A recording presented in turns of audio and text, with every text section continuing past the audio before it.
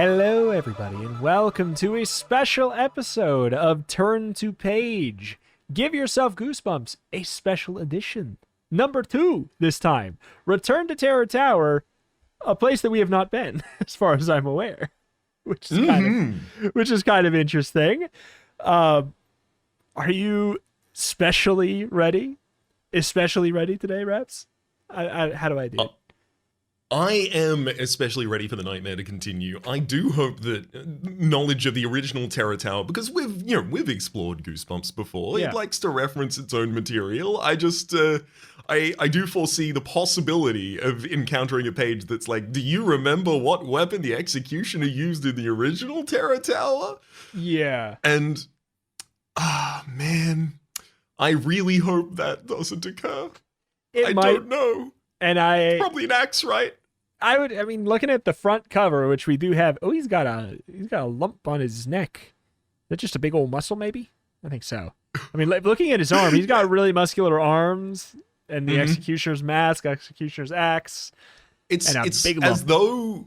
It's as though the Hunchback of Notre Dame got jacked and swole and yoked as hell. Yes. To the degree that like his arms make you think, wait, does he not have a hunchback? Does he just have sick traps? Like, is that what's going on there? Exactly. It's like, I'm not sure if that's a hunchback or he's ripped. Is 100% what I thought. Mm-hmm. That's my strategy. If I ever end up with becoming the Hunchback of Notre Dame and ringing a bell, I'm going to make sure that I spend most of my time working out such that people associate the hump with my traps instead. There you go. That's also my plan for what I do if I become a camel. I mean, that's 2 whole options. How many things do you need to prepare for in life, really? Like, 2 is pretty good. I think you're set. Yeah, and those are the only 2 I prepared for as well, so I'm so glad we hit both of them.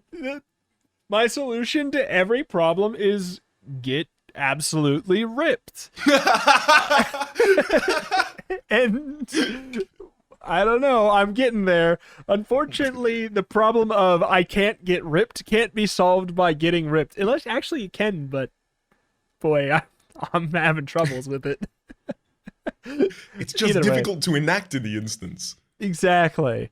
But interesting thing to note about this special edition, though, we noticed right before we started here, the last one had 1 correct ending. This just on the front, like, if it didn't say special edition in the upper right, this just kind of seems like a normal give yourself goosebumps. It says, exactly. Choose from over 20 different scary endings. So we actually have more than 1 right answer. More than 1 right way. You know? Hey, callbacks. We got those. But I'm excited for it. And I will say another huge thing, huge shout out, big thank you to Something Scary for sending in the scan for this book. Truly wonderful. Thank you for all the help you've given to the podcast so we can actually do these episodes on these books. Big shout outs there. Deeply appreciated. But alas, do you want to beware us? Let's. Beware. Do not read this book from beginning to end. Are you ready for another night in Terror Tower? We're not from your time. Your friends Sue and Eddie tell you. We're really a prince and a princess from 800 years in the past? Yeah, right, you think? But before you know it, Sue and Eddie have dragged you back in time. And then they get captured by their enemy, the Executioner. Now it's up to you to rescue your friends and find a way back to your own time. But can you handle a dragon? Cast a spell? Match wits with Robin Hood? And can you beat the evil Executioner? This story picks up where Goosebumps 27, A Night in Terror Tower left off. But this scary adventure is all about you. You decide what happens next. All right. Doesn't instill me with a lot of confidence that it says it picks up where it left off. But I feel like they wouldn't make a whole book. I mean, 'cause here's the thing. We do know what a direct sequel Goosebumps book looks like. We have read one. And let me tell you, the relevance of oh my gosh, I can't remember. The Carnival of Horror. Yeah. Yeah, there we go. Like, and then returning to it in the sequel, you did not need to read the first book at all. And not even close. Not even close was it relevant. for you to have done it. So I think we'll probably be fine. But either way, let's schmove on over here. I didn't realize it was going to be full-on fantasy, and I'm here for it. Mm-hmm. Page 1. The Lord High who? You stare at your friends, Eddie and Sue Morgan. Sue scowls. The Lord High Executioner. She repeats. We told you about him already. Are you even listening? I'm listening. You answer. But this story is a little hard to keep up with. Okay, good. So we are going to get the sitcom coming back from commercial break retelling the same joke so that you understand what's going on. That's what we're going to get. Perfect. Sorry, could you repeat that again in English this time? And then it's like, I said that we are all going to the coffee shop together. Yeah. As you well know. You know that Uncle Davis is going to be in town this weekend? I told you this morning.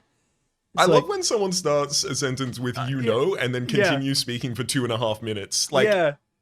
Uncle Davis, isn't that the guy who's really into Legos? Yeah. That's why I have that. Yeah. Uh-huh. We've been there. I've seen it. You munch another cookie and take a swig of milk. The truth is you aren't really listening. The three of you just got out of school and it's a warm spring day. There's a breeze blowing. Now that you've had a snack in the Morgan's kitchen, you want to go outside and ride your bike. Maybe have an adventure.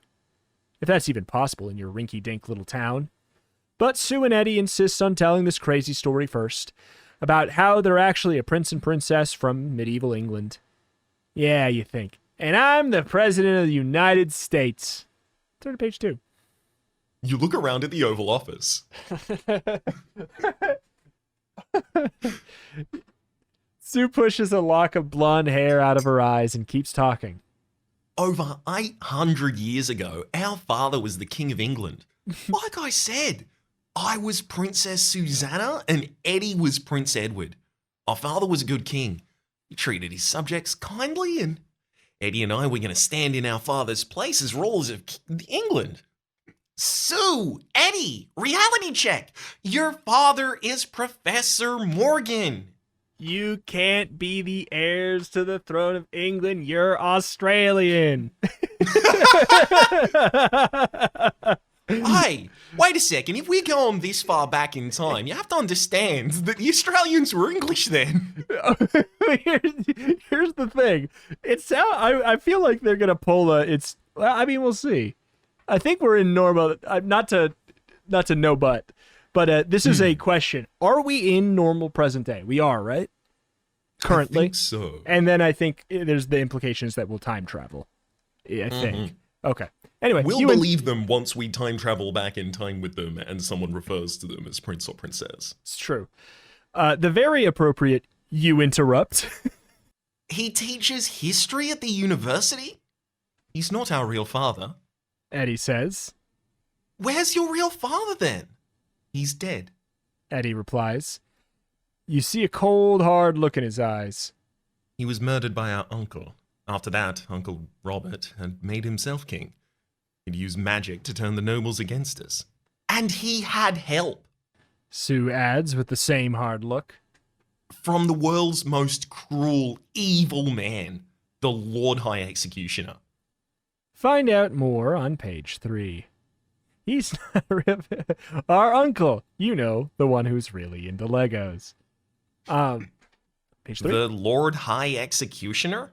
You repeat. A chill races up your spine. He's a twisted and evil man.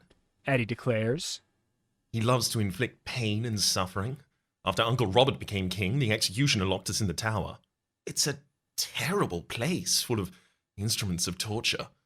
We were being kept there until the executioner could burn us at the stake. Eddie shivers and goes silent. Also, I want to point out, an executioner that loves torture is not very good at their job. Like, Yeah, exactly. you have one job. If you're torturing them, you're not executing them. It's like, if I'm a professional eater, like my job is eating the most hot dogs in the entire Yes. world, I also don't want to be good at food fighting. Like these feel antithetical to one another. It's like, can you be pretty good at both of them? Sure, but it's gonna mess up the flow. You're gonna have to run over and then pick up the hot dogs and eat them again. It's like there's a whole mess. Anyways, Eddie shivers and goes silent. Sue picks up the story. Our father's wizard, Morgred, rescued us. He sent us to this time, to your time. We were in London, but the executioner followed us. He kidnapped us and took us back to the past. And he almost killed us again. Morgred saved us for the second time, and he brought us back to this time again. Then we moved our way to the United States, and Morgred stays with us and pretends he's our father. When she finishes, there's silence in the room. It's a crazy story, and you're beginning to think that Eddie and Sue believe it. Does that mean your friends are crazy? Maybe you should get out of here. There's still plenty of time to go for a bike ride. Or maybe you should stay with your friends. You hit the open road and pick just a different story. Page 53. If you hang out with Eddie and Sue, turn to page 105. Look, I understand that you're very Yes. traumatized by this experience you just had and you're trying to explain it to me in an exasperated fashion, but I gotta hit the open road, baby. I wanna feel the wind in my helmet. Could I offer you an alternative? I leave on my bike. It's just, it zooms into the character's head, and as soon as it gets past the skull barrier, it's just, I want to ride my bicycle from Queen. His bicycle race is just playing. Yes. There's only one royalty that I'm into. And then the other option is if you hang out with Eddie and Sue, turn to page 105. I think we should do that. I think it's a pretty safe bet that we should do the story instead of just, play D&D like someone who's just like, yeah, wouldn't it be funny if I just didn't? What if, I know that the big bad's over that way. What if I just, didn't? Yep. Yeah. Every party has like one, possibly two people who act in that way a couple of times over the course of the campaign. And the trick as another player or the DM at the table is to try and figure out, okay, how do I twist that person into accepting to eat their vegetables, right? Like, how do I put a little crumb in this that they will actually bite on? Exactly. Yeah. Anywho, you've been hanging out with Eddie and Sue a lot since they moved onto their block. My God. Eddie and Sue a lot since they moved onto your block 2 months ago. They're cool. Sue is in 6th grade with you, and her brother Eddie is in 5th. You would know if they were nuts, wouldn't you? We aren't nuts. Sue says, almost as if she's reading your mind. I know it's all hard to believe, but every word's true, and now we need your help. My help? You say. What for? We have to go back to our time, Sue answers. and we want you to come with us. Why do you have to go back? You ask with a smirk. Because Morgred has used his wizard powers to look into the past. Eddie explains. Uncle Robert is treating our subjects terribly. People are starving. Anyone who complains gets dragged away by the king's red and black uniformed men. To the tower. Ugh. Eddie shivers, and Sue squeezes his arm. She looks at you. We have to go back and free our subjects. We have to find a way to get King Robert off the throne. It's our royal duty. And we need someone else to help us. Eddie adds. Someone the Lord High Executioner's men won't recognize. Someone Sue says. just like you. Not to sell herself short, but if that's the only criteria, I think someone who lives a long, long time ago might not recognize anyone from this time. But, hey, go to page 76. What if you took back someone capable, muscular, armed, equipped, trained, just ultimately not a 6th grader? Yeah, I was going to say not in 6th grade. I don't know. Maybe. Qualifying factor number 1, not in 6th grade. 2, size of trapezius deltus. Yeah. Just I don't know. Just get Get like a Ninja Warrior contestant. Like, Oh, absolutely. Stand at the end of the course, and if anyone makes it to you, you go, okay, and now we're going back to merry old 1200 in England. perfect. You're gonna help me save my kingdom. What? Whoop. How All much right. do you believe in the Magna Carta? Just quickly. Good enough. Come on. All right. 76. Me? Go to England 800 years in the past? You laugh. Why not? I was thinking of taking a bike ride, just hitting the open road, but a little time travel might be a nice change of pace. Sue sighs. I know you don't believe this, She says. but you will in a minute. I have proof. She digs into the pocket of her jeans. Then she lays 3 smooth white stones on the table, each one the size of a chicken's egg. These are the stones that Morgred used to bring us to this time. She tells you. You decide to play along. Maybe Sue and Eddie are going to pull some elaborate magic trick. That'd be great. By the way, You pipe up. where is Morgred? Is he coming to our little trip to the past? No! Eddie and Sue shout at once. He can't know our plan. Sue explains. It's way too dangerous. He only told us what was happening to scare us into never going back. I see. You tell them. Well then, use the stones. Let's go. Go to page 120. Oh, God. 8? I believe 9. it was 9. I think so, too. We have to prepare first. Sue replies. There's a limit to how much the stones can transport. Like, you can only take 3 things with you. 3 things? You repeat. Like what? Anything that might come handy in a fight. Eddie suggests. Or that might get the people to follow us and help overthrow King Robert. Sue adds. Your beat-up green book bag is lying on the floor next to your soccer ball. You unzip the bag and dump out its contents. Besides a couple of school textbooks and half a peanut butter sandwich, this is what you see. It's not the ham sandwich from the book. Ah. A pocket flashlight, a tape player, a pair of sunglasses, and a soccer ball. What would you bring if you were really going back in time? Choose 3 of these 4 items. Ooh. It says turn to I page like it. 136 to write these down. I'm assuming that's the inventory page. And then turn I'll to just track page that. 104. Pocket flashlight, a tape player, a pair of sunglasses, and a soccer ball. So it really is just which one are we not bringing? Mm-hmm. How about we treat this like a draft system? We'll each pick one until one's left. All right, I'm going to take Obviously, one person gets 2. a pocket flashlight, tape player, a pair of sunglasses, and a soccer ball. What are you going to take? Half a peanut butter sandwich. I'll let you go first because you had the draft idea. I am going to offer the pocket flashlight as the first thing to take, because if I need people in 1200s to think that I'm a wizard, or god, or some such, I'm going to produce light from an otherwise inert, non-flammable object. Mm-hmm. Similar thought process. I think the tape player sounds good to like it. The thing that they do in like teen, escapade movies where like if they play a sound and it'll trick somebody, it could like actually work if it was 800 years ago because they they would not assume. What's that? Is that the voice of the king I hear? Actually, Yeah. no, it's too low quality. That must be a non-lossless recording. Exactly. They clearly did not use ALAC.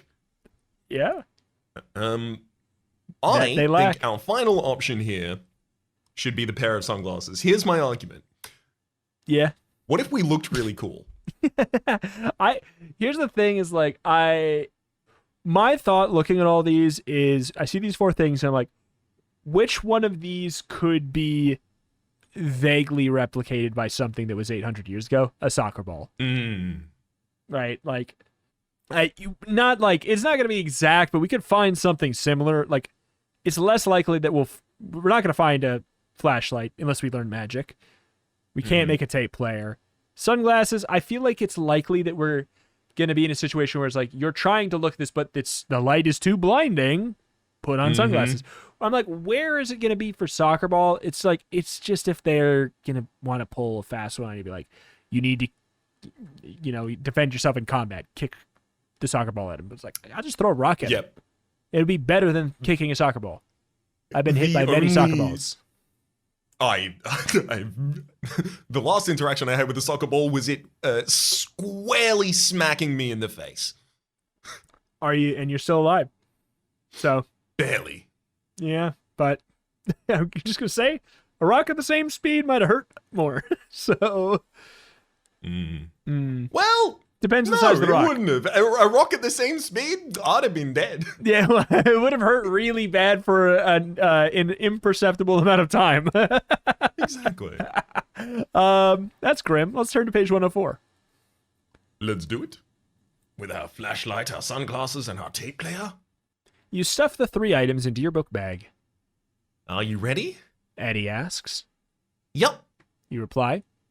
Give me one of those rocks. No! Sue screams so loudly that you almost jump out of your seat. The stones are dangerous. She adds gravely. When the spell takes hold, you'll probably feel strange, but whatever happens, don't touch the stones. Is that clear? Yeah, sure. You answer. This must be part of the trick. All right, Edward. Sue tells him. You start. Eddie places the first stone in his palm. Then he places the second and third on top of it until they form a small tower. You notice that the stones are glowing. Cool. They're coated with glow-in-the-dark paint, you think. Eddie begins to chant some corny spell. Movarum, Lovaris, Movaris! He calls out. Then the stones suddenly explode in a flash of blinding white light. Blink and turn to page 80. Put on your sunglasses. Imagine they got use immediately. I'm going to quickly record Movarum, Lovaris, Movaros. Okay. Because that could easily be relevant in the future. Oh, yes. Do you remember the incantation? A. +1 to you. You get a point of inspiration. You're blinded. A force like an invisible hand squeezes the air out of your lungs. You gasp for breath, fighting to stay awake. The room is spinning. Fear and panic fill your mind. Whatever's happening is no game. But what is it? Magic? Through the white haze that covers your vision, you can make out Eddie in front of you. The 3 white stones are still in the palm of his hand, glowing fiercely. The stones, you think. If I knock them down, whatever's happening will stop. Oh, we had one rule. With all your might, you struggle to lift your hand and knock away the stones, and then you remember what Sue said. Whatever happens, don't touch the stones. You hesitate. Sue told you not to touch them, but you feel like you're choking to death. You gotta stop this. What should you do? Knock down the stones or obey the warning? I am gonna be so mad if we're supposed to knock them down. Yeah, I'm gonna obey here, and if I die, I'm gonna be furious about it. For an imperceptible amount of time. Exactly. I'm gonna die mad. I shouldn't laugh. I'm sorry. No, don't. No, please don't. Eddie and Sue told me I'd feel weird, you think? I just didn't believe them. You realize you'd better not touch the stones because the thought hits you hard. You really are traveling in time. You're shocked, scared, and amazed all at once. Then you don't feel or see anything. The next thing you know, you're waking as if from a deep sleep. You slowly open your eyes, lying on a lumpy, scratchy mattress. You guess it must be filled with straw. You glance up. The ceiling of the room is made of straw, too. The walls are stone. Pitchforks, wooden rake, and a hoe hang from the hooks. There's a fireplace with a pile of peat stacked nearby.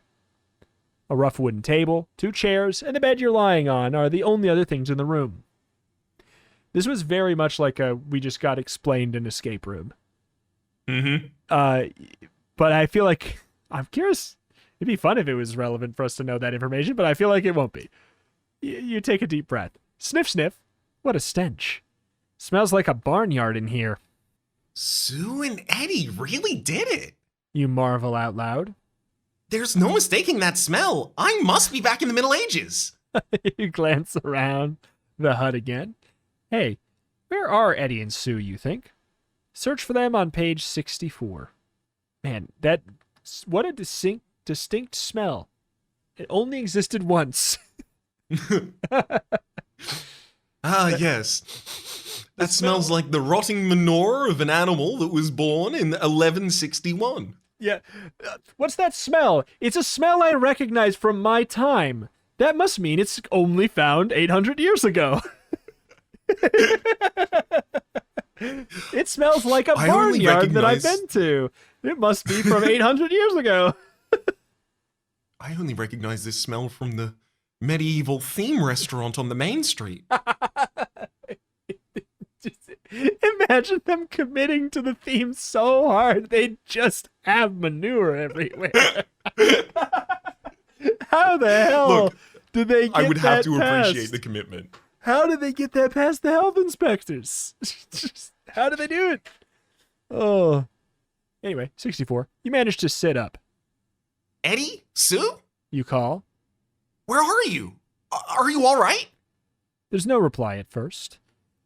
Then you hear a soft grunting noise, almost as if someone's trying to talk.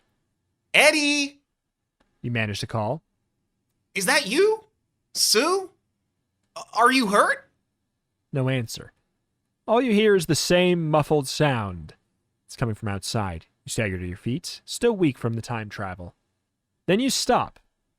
You don't know what that noise is, and you don't even know where you are. Who knows what's waiting outside the hut? What do? If you go outside, 97. If you stay where you are, page 40. I mean, Do you have a strong feeling? rarely. No. No, I not on this one. I think we should go outside. Yeah, We have no reason to be trepidatious yet. that is true. We don't yet. That's the natural anxiety. Yeah. This is like we'll figure out what we need to be anxious about if there's something to be anxious about. Mm-hmm. You have to help your friends. You stumble towards the door, supporting yourself with one hand on the cool stone wall. In the doorway, you blink in the warm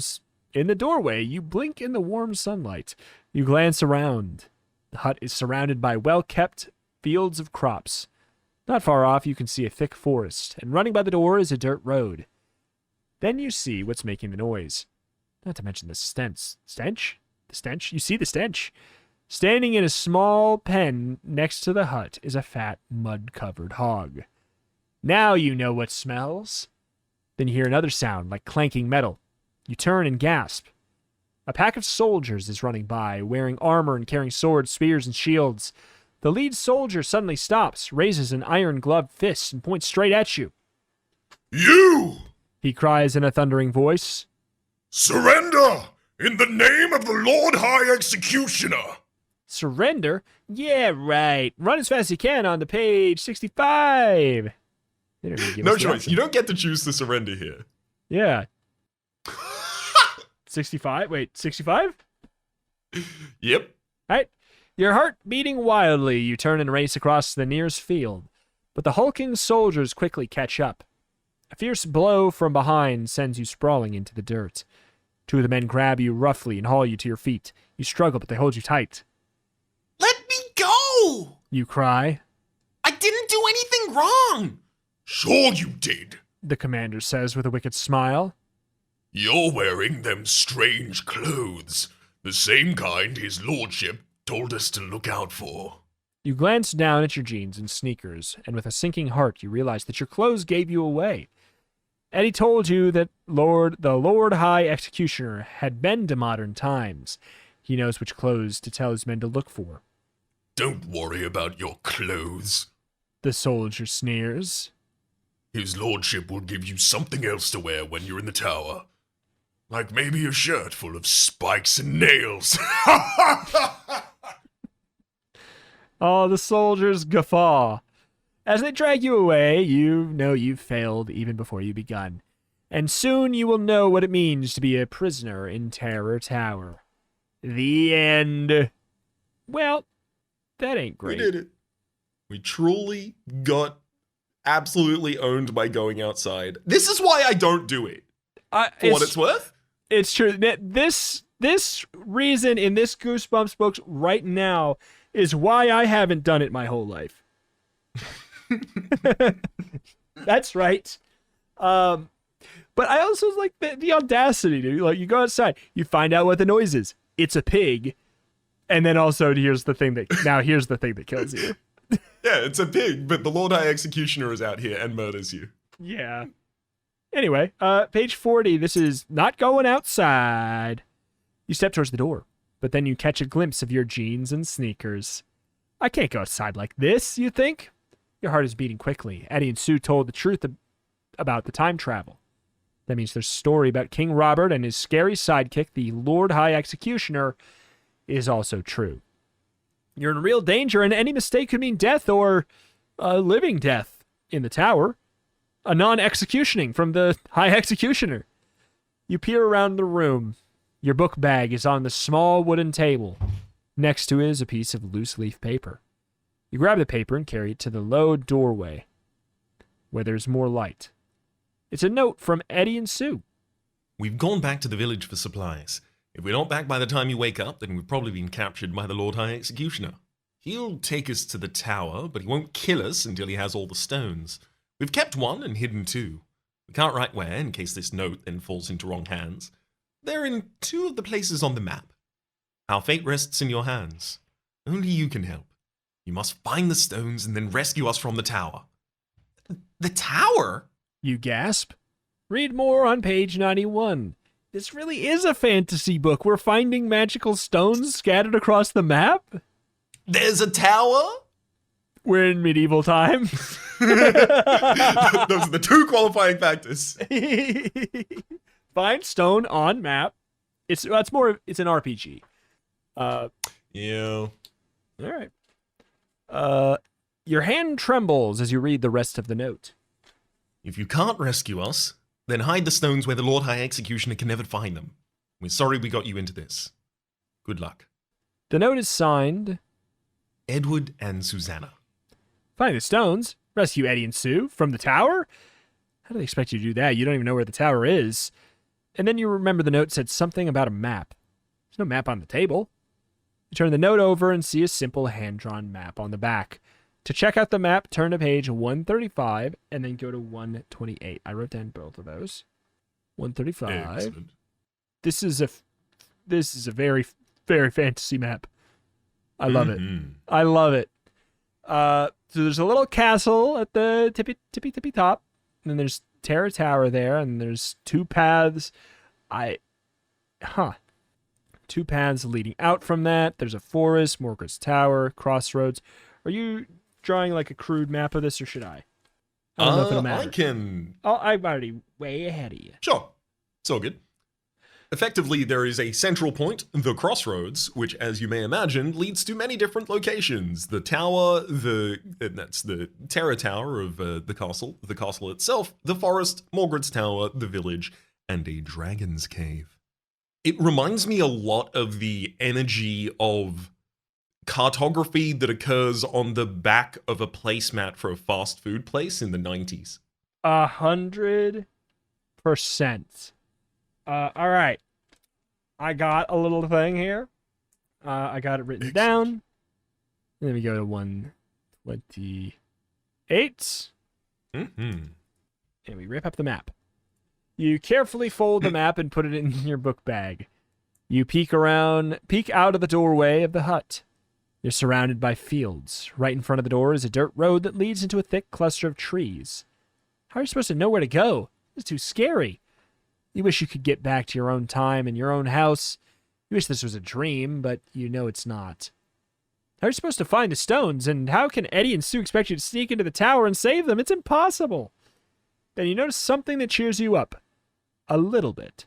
Hanging on a peg behind the door are some simple wooden clothes.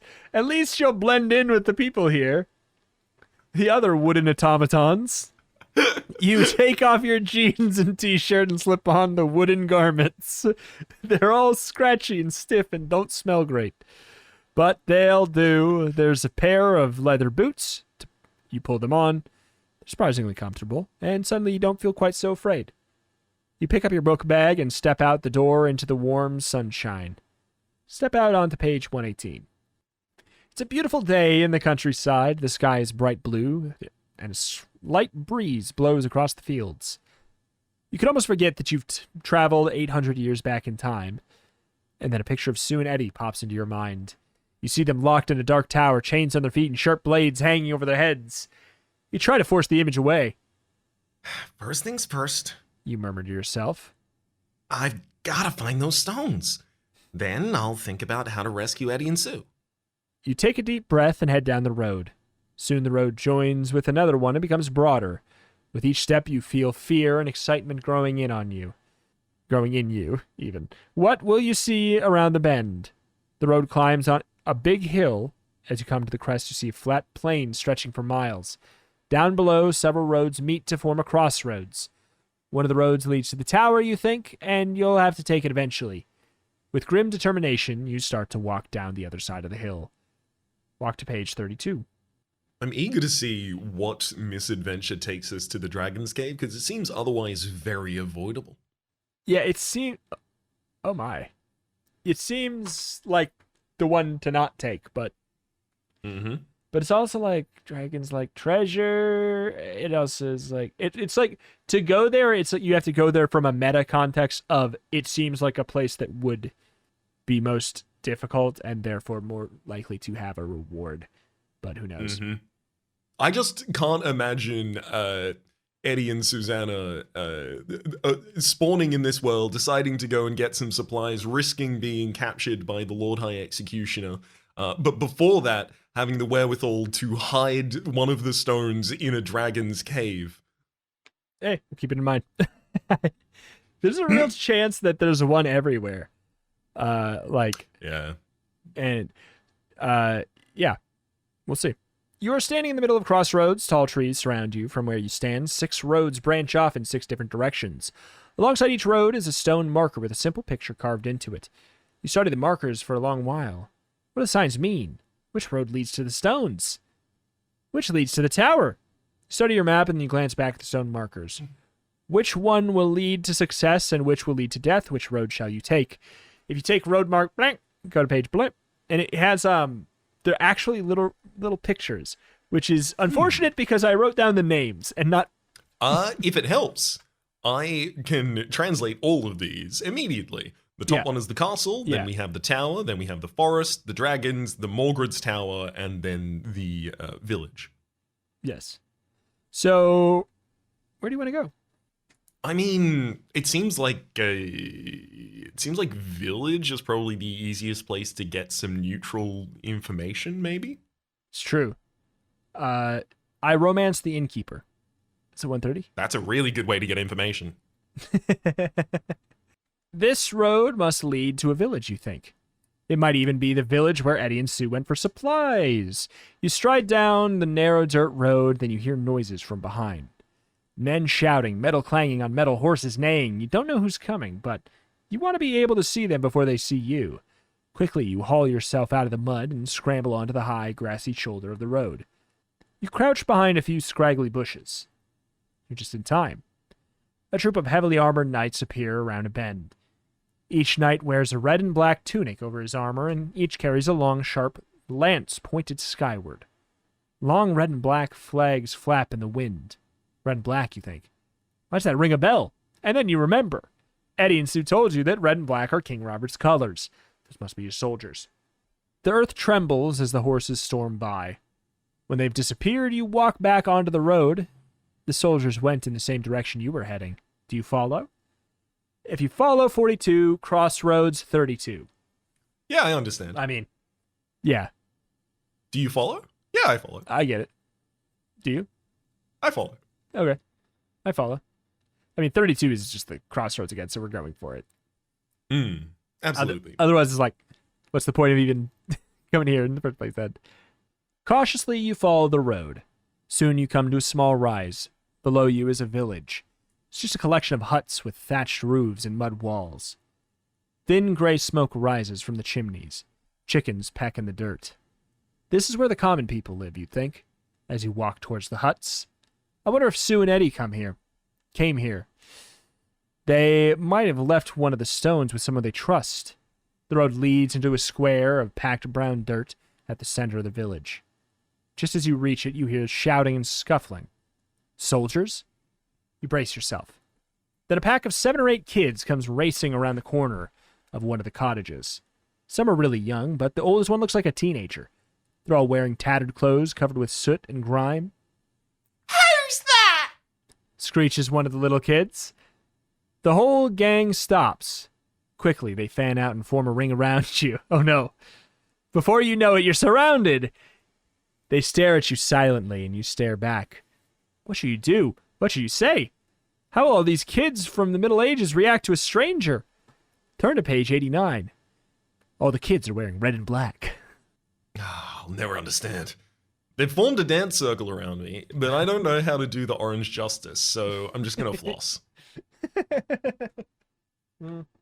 Shame. Flip a bottle or Shame. something. They would have actually been on your side if you did the orange justice, but if you floss, they actually take offense. Yeah. What are you talking about? The state of our dental healthcare system? Die! The kids of the medieval ages will remember this. You turn slowly, sizing up the gang of kids, trying to guess what they're gonna do next. They look grim, Must be one of the king's spies. says a girl about your age. Sent here to take more of our food. They all mutter angrily. A few pick up rocks. The oldest boy takes a step towards you. He's at least a foot taller than you, and his arms bulge with muscles. Hey! Wait.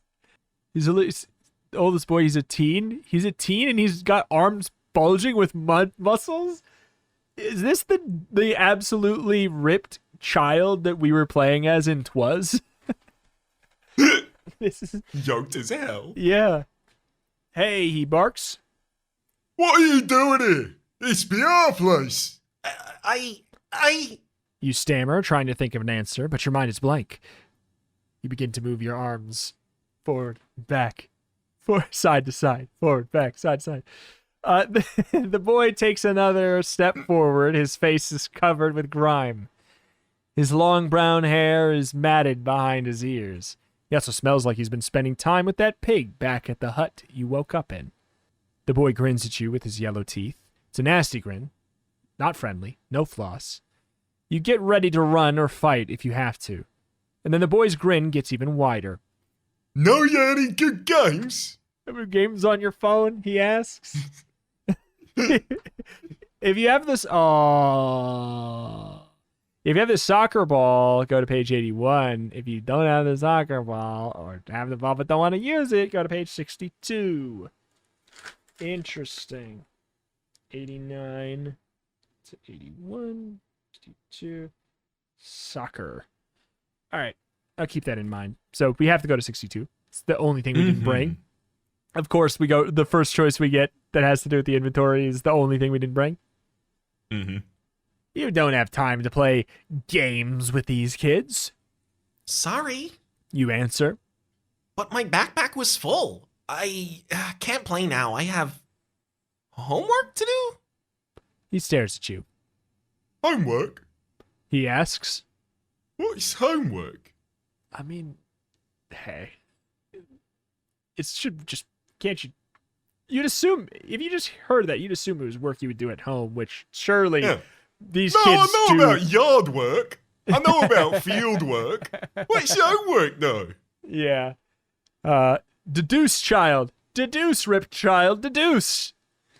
The big boy turns and wanders Put off. all of his stats elsewhere. I mean, we relate. Most of the kids follow him, but 2 stay, a boy and a girl who both look about your age. Homework? The boy says, squinting at you. He scratches his head with a filthy hand. I knows a place you can do homework. Come with me. It's not far. He grins, but his teeth are yellow, and there are a couple missing. But his smile seems friendly, Don't go with him. the girl says. His place is on the other side of the village. If the king's soldiers spot you, they will stop you and question you. And if they don't like the answers... She makes a cutting motion across her throat with her index finger. She's right. The last thing you want to do is run into some of the king's men. Maybe you should find a place to hide out. But that won't help you find Eddie and Sue. Maybe you should follow the boy. You could ask him some questions. To go with the boy, 125. To hide, page 7. I'm gonna go with the boy. You go, boy? Yeah. All right. 125, page 7. Gotcha. I'm a naive, trusting sort until given the reason not to be. Okay. Okay, You nod to the boy. I'll go with you. The grimy boy grins. He pulls you down a narrow dirt lane. Soon you come to a tumble-down cottage surrounded by a muddy yard. Hey, door! The boy shouts. Immediately, a tall, very strong-looking man stoops under the low doorway.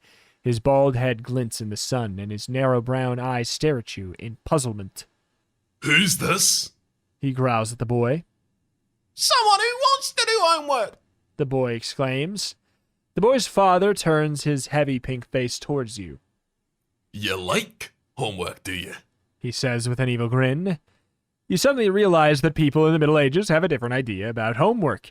In a flash, the big man lunges at you and seizes your shoulders in a painful iron grip. We've got plenty of homework here. He says. He points to a hoe lying in the mud. Pick it up. He shouts. Do your homework. And don't try to sneak off. You stare at the large muddy field. You can't even believe it. You traveled all the way to the Middle Ages to wind up working as a field hand. You struggle to lift the hoe, and as you do, you have a shocking thought. For the first time in your life, you wish you were doing homework. The end.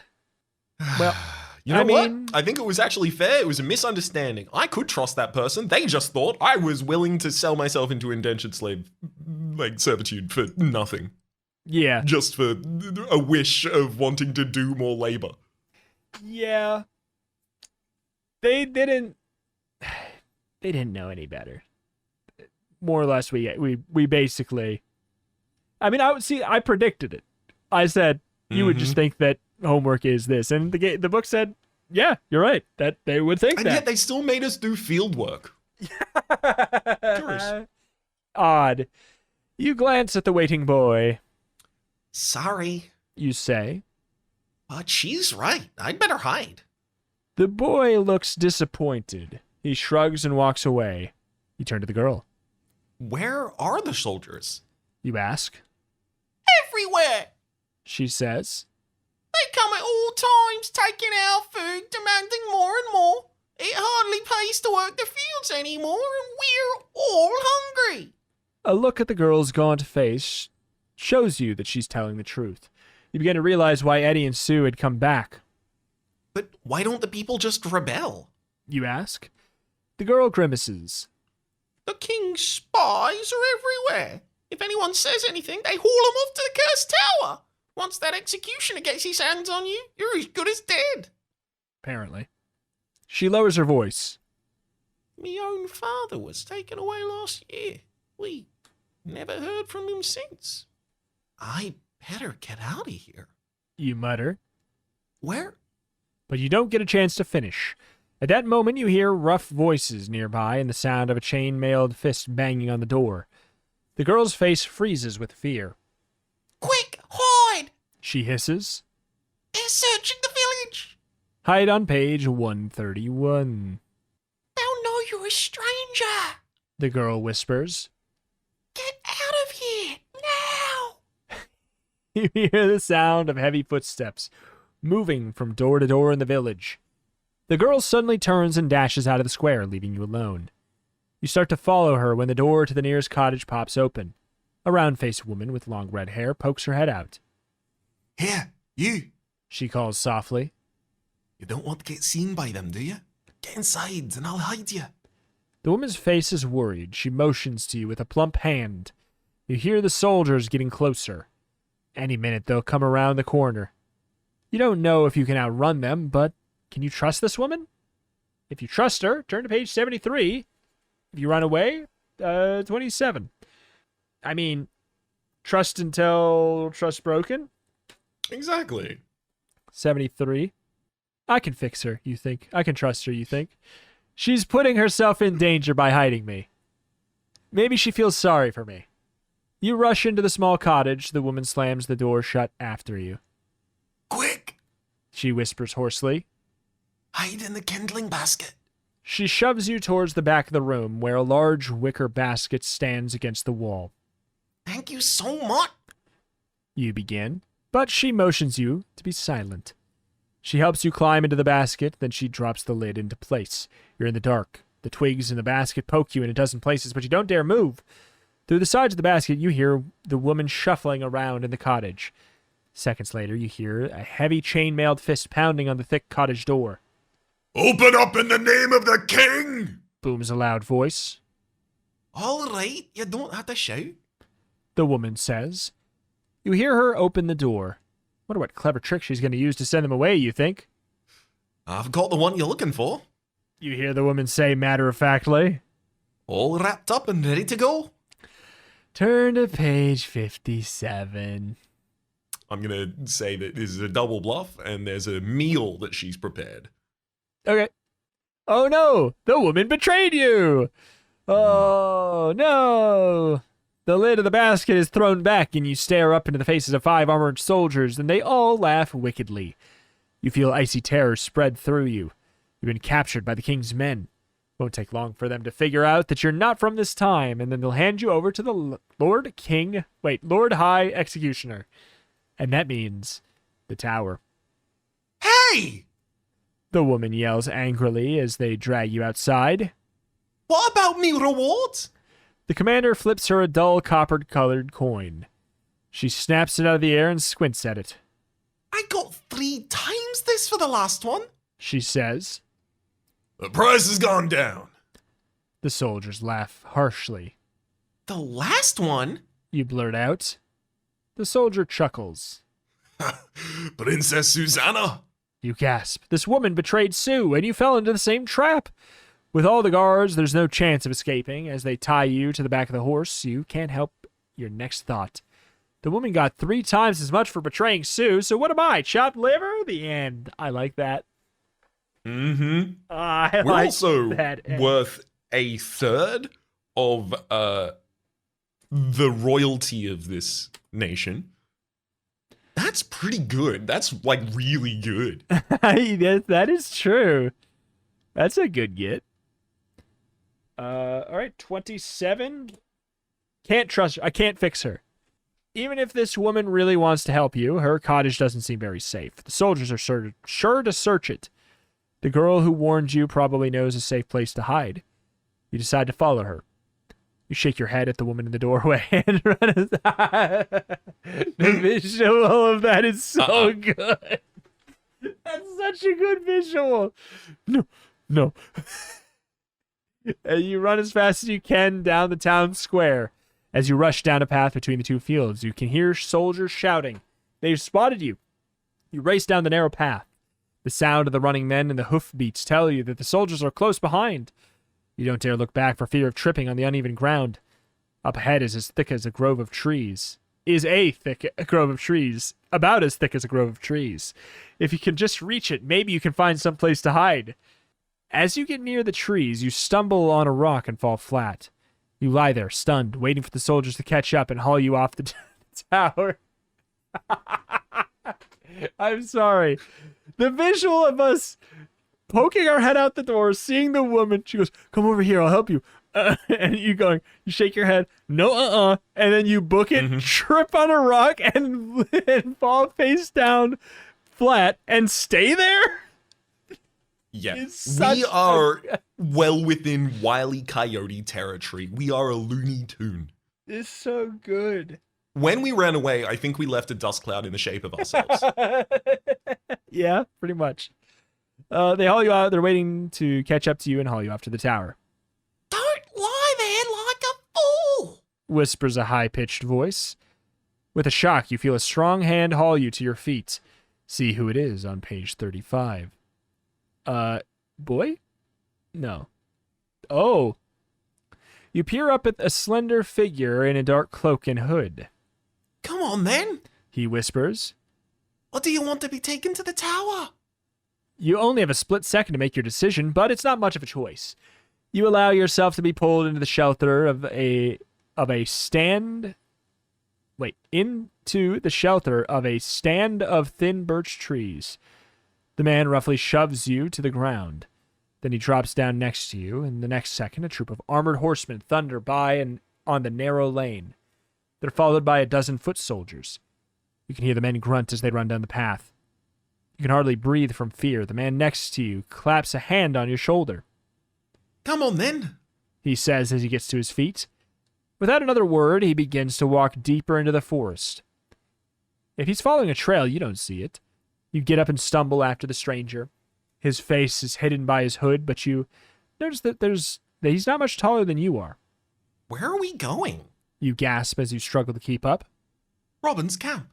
is his only reply. Follow him to page 78. Robin's camp? Could Robin be Robin Hood? You can't remember if there was a real Robin Hood. If there was, when did he live? Anyways, you walk through the dense woods for what seems like an hour.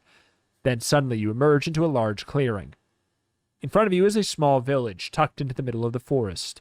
Neat cottages are built around and sometimes in the trees. Tables are set out in the open, and dozens of people sit around them, eating and laughing and talking. Robin's camp. Your guide says with a flourish. Right then, you make up your mind. You're going to ask this fellow Robin to help you look for the stones. Please take me to see Robin. You ask. Now? The stranger looks almost annoyed. Oh, but we haven't eaten. I've got no time to waste. You reply, a little gruffly. Well, if you can't wait, go see Robin yourself. The stranger snaps. You know, you should find Robin. There's no time to waste, but you don't want to offend your guide who's been helpful and kind. Besides, you're hungry. If you go to find Robin, 122. If you stay with the stranger, 33.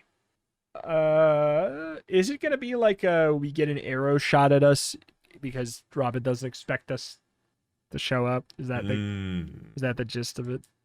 I know it's not this, but some weird, like the fact that this character has their face covered in a hood at all times, like you're expecting the story to reveal that they are someone.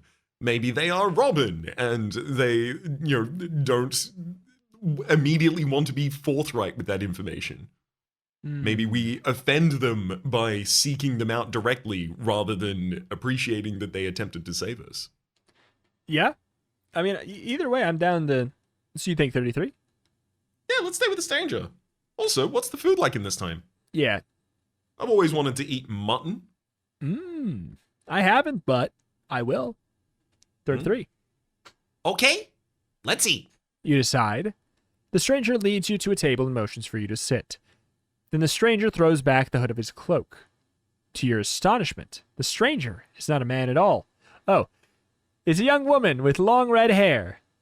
I am Robin. Ooh, she announces with a broad grin. And these are my people, all sworn enemies of King Robert and the Lord High Executioner. Dozens of men and women crowd around. You notice that the looks they give you are not all friendly.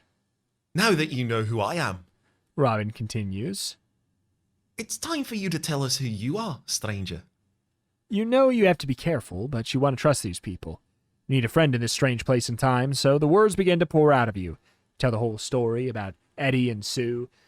They make a couple quips like, well, why didn't they just get like a ninja warrior or something? And then the time travel and how you're trying to rescue them. When you're done, the crowd of people stare at you dumbfounded.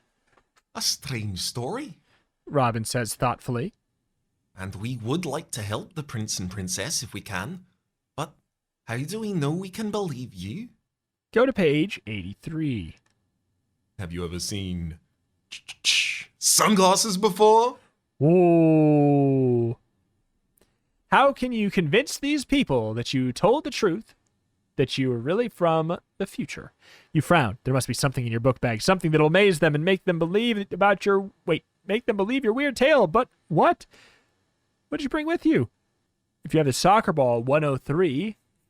If you have the tape player, 70. If you both choose, we only have one. So page 70. Exactly. Also, And also, if we try soccer and ball? demonstrate the future. Exactly. Behold the futuristic technology of the orb. Oh my god. You take the portable tape player out of your pocket. This is from the future. You proclaim confidently. You step to the nearest person, a young woman. You slip the headphones over her ears and switch on the tape. You see, You start to explain. it plays. Help! The woman screams and snatches the headphones from her ears. I heard demons. That box is black magic. No, You assure her. it's all very scientific. See, there's magnetic tape, which. But your words are drowned out by the screams of the people. Witchcraft! They shout.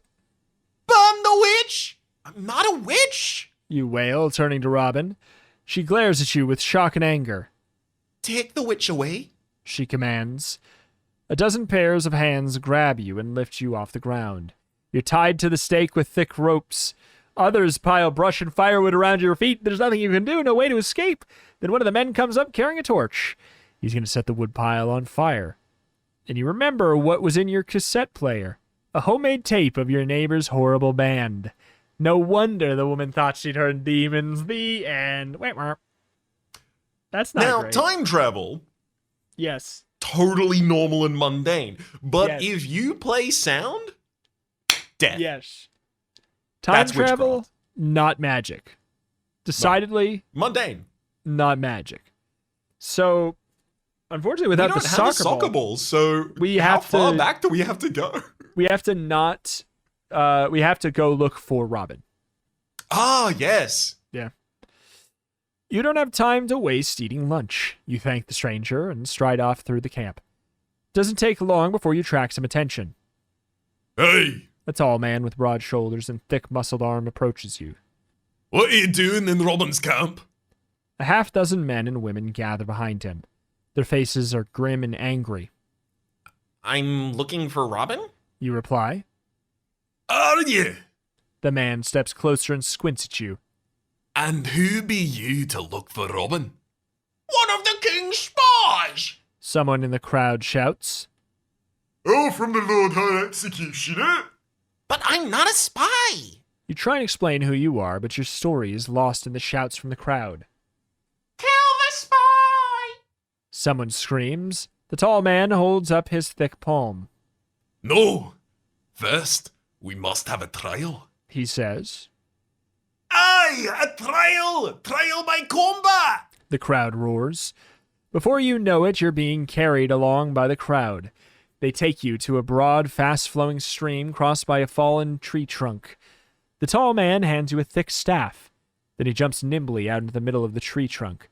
You have a sinking feeling you know what's coming next. Go to page 58. We really should have brought a gun. Like, it's just...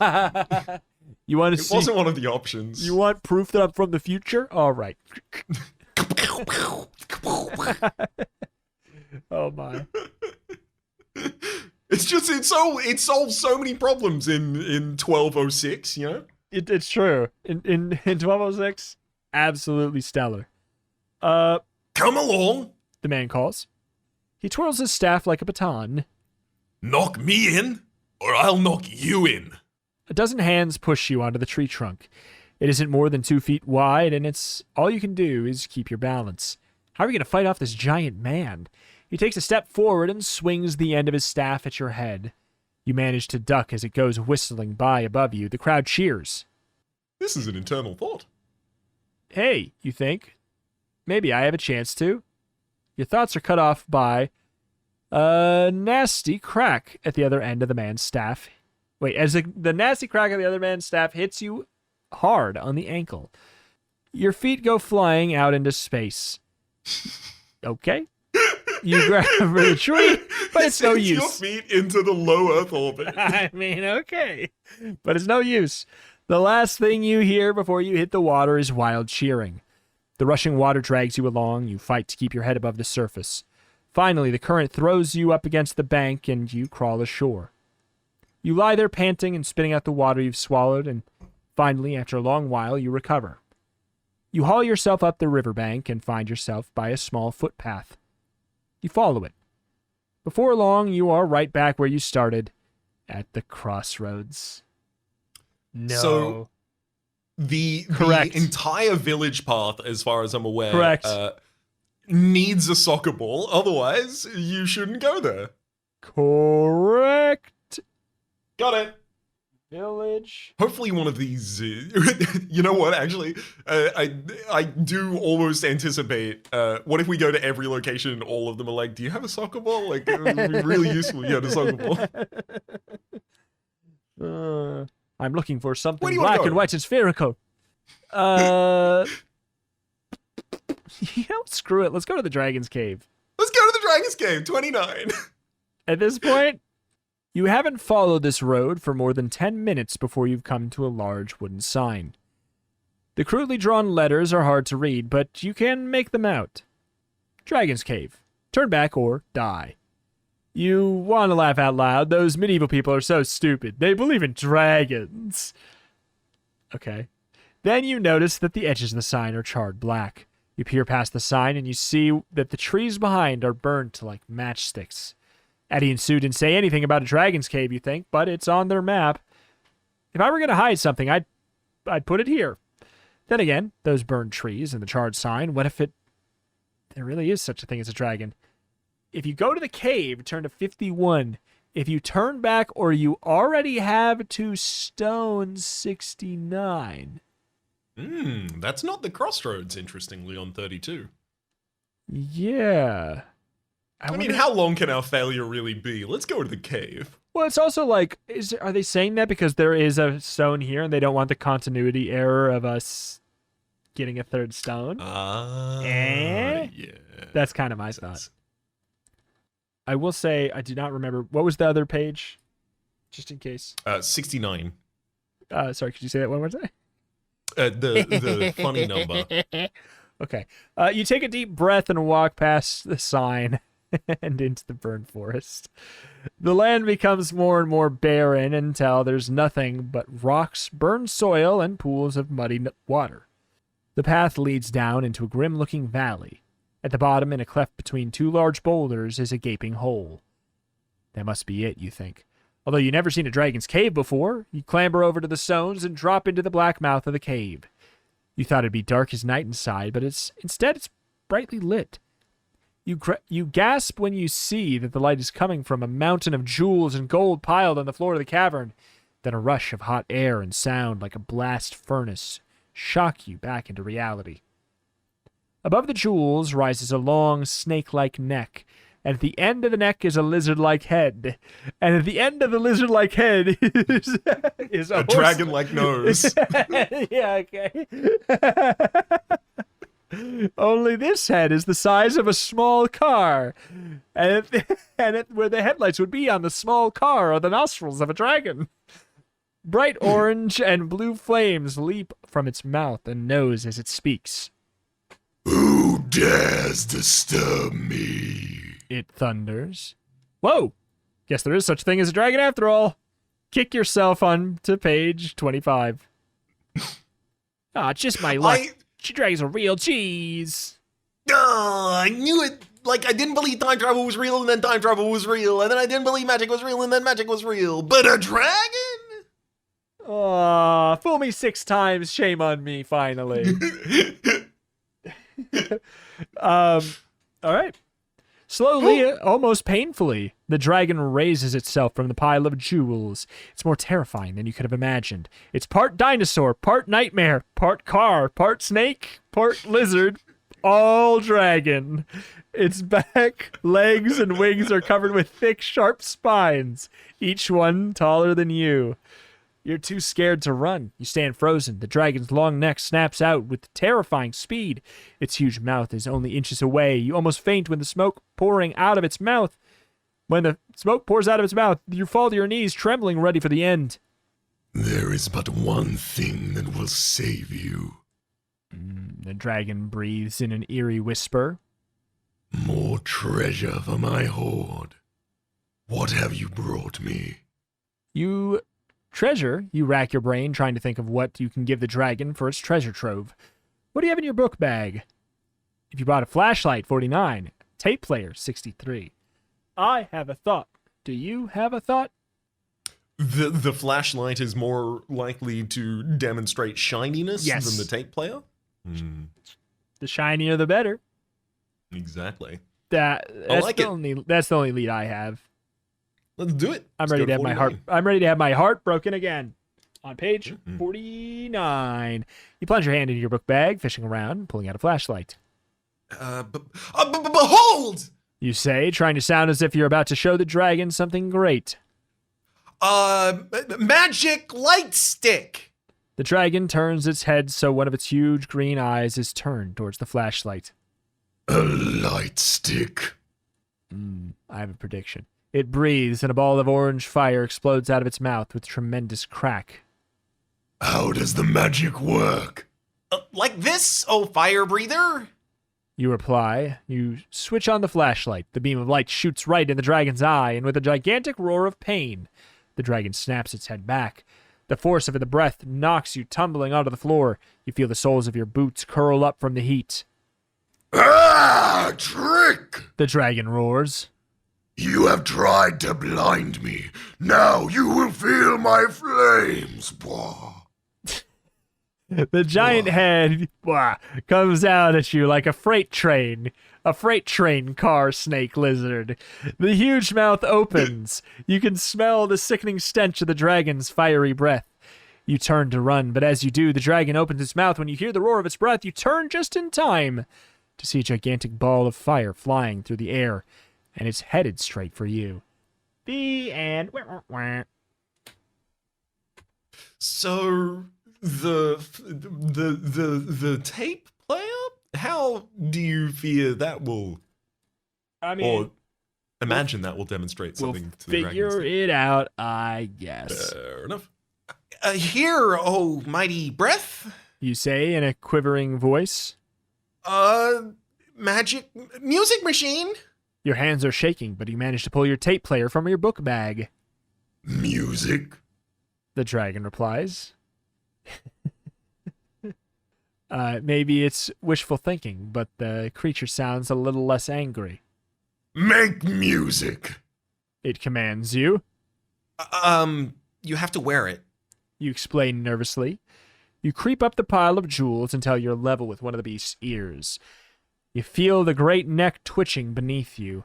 As carefully as you can, you place the earphones on the leathery ear and tuck the tape player inside the ear itself. Then you switch on the tape and hold your breath. Turn to page 117.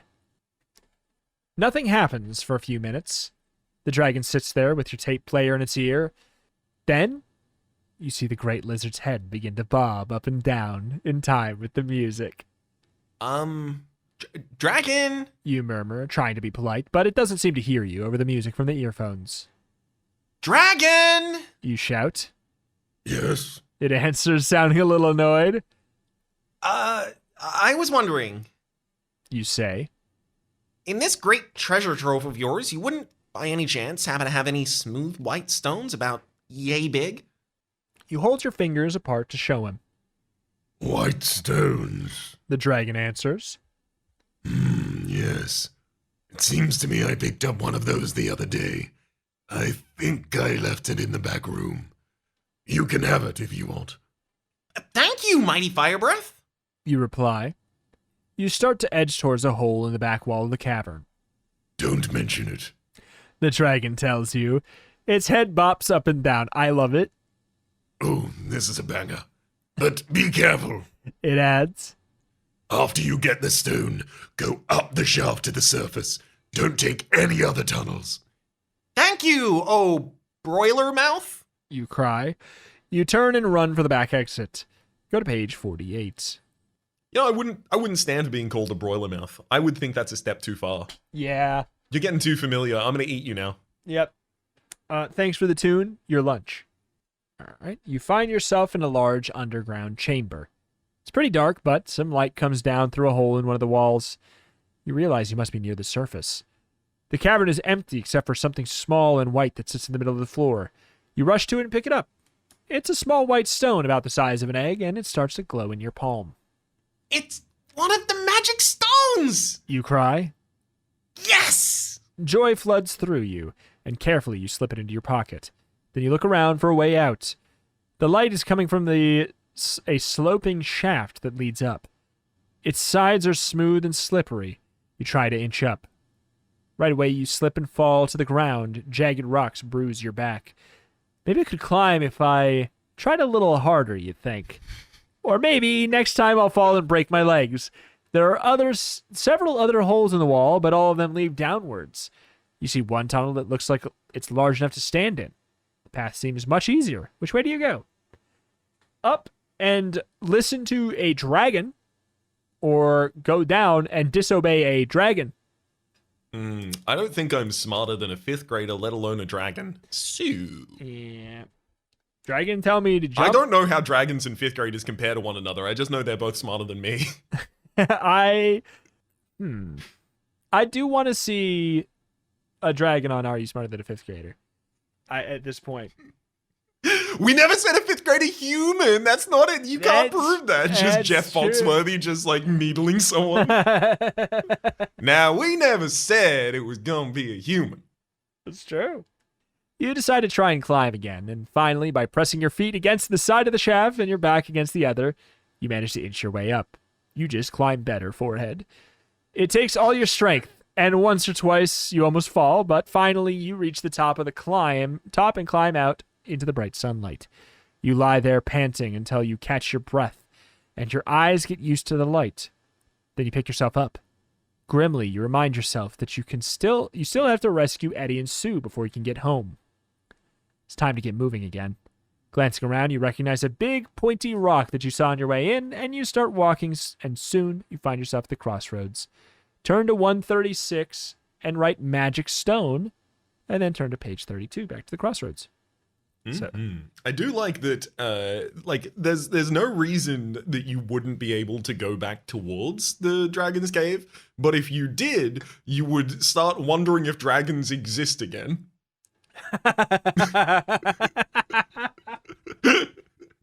Hey, we should go to 29 again. Okay.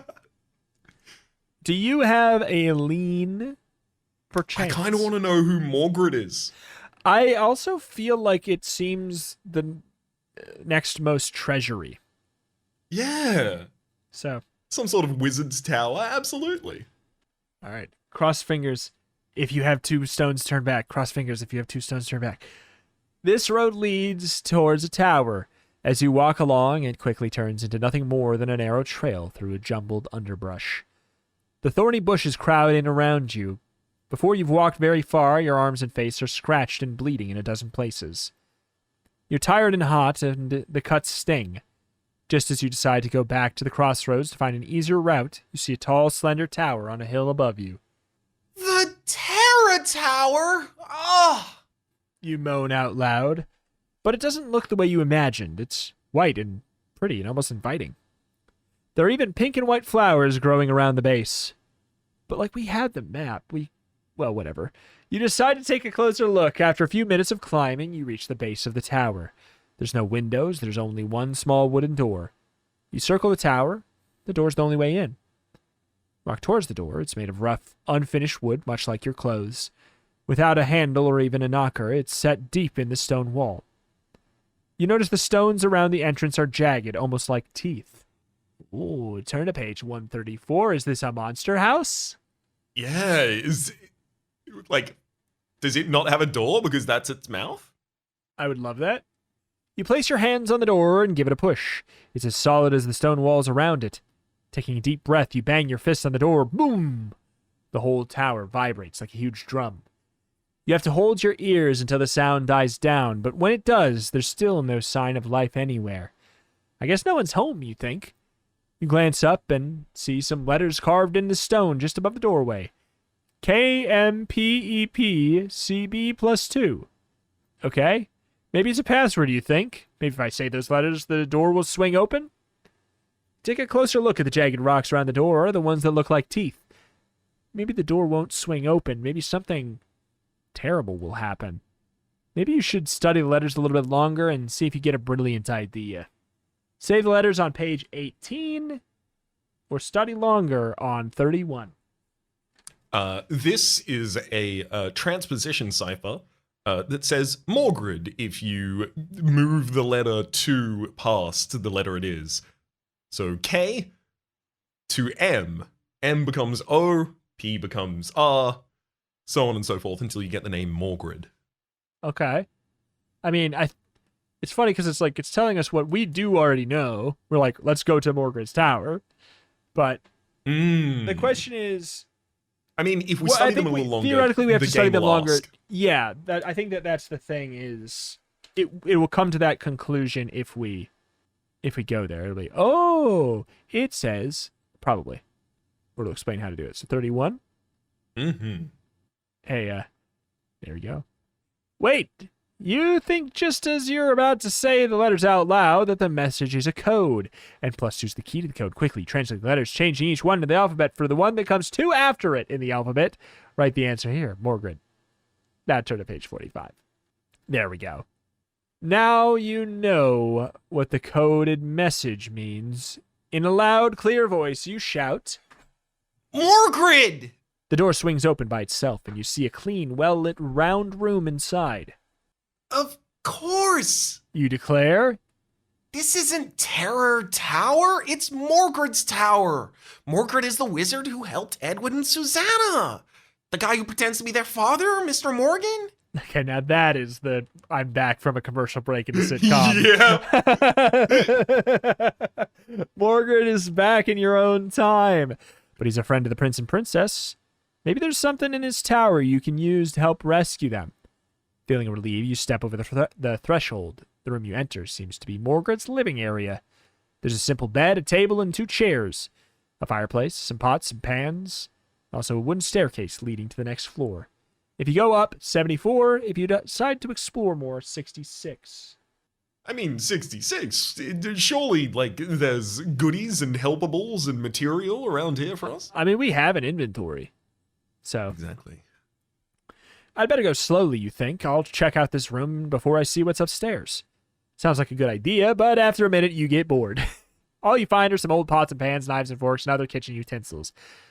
There's a covered pot by the fireplace, but when you open it, your nose is hit by a terrible smell. Inside is a black and green gooey mess. You drop the pot and jump back in fright, expecting some more magic. Then you realize it's just some old, moldy food that Morgrid left behind. You're still recovering from your shock when you sit down on the wooden bed. It's covered with a soft woolen blanket. You bounce up and down a couple times. Slowly, you realize how tired you are. I could sleep for about 800 years. Before you know it, your eyes are drooping shut. Your arms and legs feel as if they're sinking into the bed, and your head drops to the pillow. Wake up! Someone is shaking you. You open your eyes. A man is standing over you. He's wearing a dark blue blazer, tan pants, a white shirt, and a striped tie. He's a dad. Get out of bed on 39. That's the dad uniform. Yeah. Who are you? You ask, still feeling groggy. Mr. Congreve, He says in an icy tone. assistant manager. I was about to ask what you're doing sleeping in one of our rooms. Your rooms? You repeat dumbly. You gaze around. Everything has changed. You're not in the Morgrid's Tower anymore. You're in some sort of hotel room. There's a television and a phone by the bed, and the assistant manager's wearing modern clothes. You're back in your own time, but how? The manager frowns. This is Berkeley Hotel London, He sniffs. and our rooms are only for paying guests. Your mind races as you try and figure out what happened. You were sitting in Morgrid's bed, and you said... I could sleep for about 800 years. And then the next thing you knew, of course, Morgrid has a magic bed. It put you to sleep for as long as you wanted, and you've been asleep for 800 years. Yes, Come along. the manager says. You'll have to leave. As you stand up to follow the manager, you realize that you'll never rescue Edward and Susanna now. 800 years, you think as you leave the room. I just hope they don't make me pay the hotel bill. The end. All right, so we can get punished. So, Yeah, what's up? you know what? It's the fault of the interior decorator because someone entered this room and put modern appliances there just around the sleeping person. Like, the fact that they only realize I'm here now, that's their fault. Yeah, that don't make sense. So, definitely don't stay downstairs, I guess. Yeah. You climb the steep stairs into another circular room. This one's full of glass beakers filled with colorful fluids. Herbs hang from the ceiling. A skeleton is propped in one corner. In the center of the room is a large wooden table. It's bare except for a very thick old book. A spell book, you think. You run to the table. The words on the cover are in a strange script. You have to move the letters, too, to the right. But as you stare, the letters shift and change. Suddenly, they stand out as clear as day. Why don't you take this? Warning! This book is only to be used by trained magic technicians. Unauthorized use may lead to unpredictable results. Above all, do not use the spell on page 2001. It is only for emergencies. Morgred. Unpredictable, you think? Everything that's happened lately is unpredictable. I need help. Where do you start? The warning said to spell on 2001's for emergencies. Well, this is an emergency. Then again, maybe you should start at the beginning of the book. Or you should heed the warning on the cover and not use the book at all. Is the spell on page 2001 going to take you to the year 2001? Yeah, that makes sense. AKA, like, modern times. Anyway, if Yeah, you want let's go to the year 9 instead. Yeah, if you want to start at the beginning of the book, turn to page 9. If you want to use the spell, go to page 133. If you don't want to use the book at all, go to 41. May I ask that we pause for a moment? Yeah. Okay. Are you interested in this book at all? I mean, yeah, surely we want to start at the start of it and read a little bit, because there was on the Beware page, will you learn how to wield magic, cast a spell? I guess the spell may be only the emergency page. Yeah, that's But we true. might get some context about it. All right. Let's move to page 9. Yeah. The spells at the front of the book are probably for beginners, you think. Start with one of those. You open the book and peer at the first page. Once again, the letters seem to swirl and shift. Then you can read them. Beginner's spell, it says at the top of the page. Just what I thought. You say to yourself. You read on in Morgred's voice. This spell is for real beginners. It's a good place to start. In fact, it's where everybody starts. Just say it 3 times. If this is where everyone starts, how dangerous could it be, you think? You take a deep breath and read aloud the words printed at the bottom of the page. Anthroporum, Schnorumtorum, Paleozoic, Leeuwenhoek. You read them aloud again, and then a third time. Nothing happens. I guess I did something wrong, you think, feeling a little relieved.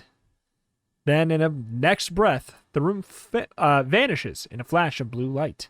Travel to page 37. Thud! You fall onto the ground with the impact that knocks the breath out of you. The wooden floor beneath you is now cold, rough stone. It's dark except for the flicker of firelight from nearby. Ugh, Barbara. A harsh voice makes you jump to your feet. You're face to face with a short, very muscular man. All he's wearing is a dirty animal skin around his waist. His hair and beard hang around his shoulders in a long, greasy knot. He waves a stone axe around at you and bares his teeth in a growl. Nervously, you glance around. You're in a cave. There's a large fire in the middle of the floor, and behind the man are a dozen other people, men, women, children, all in animal skins. I'm back in the Stone Age, you realize with dismay.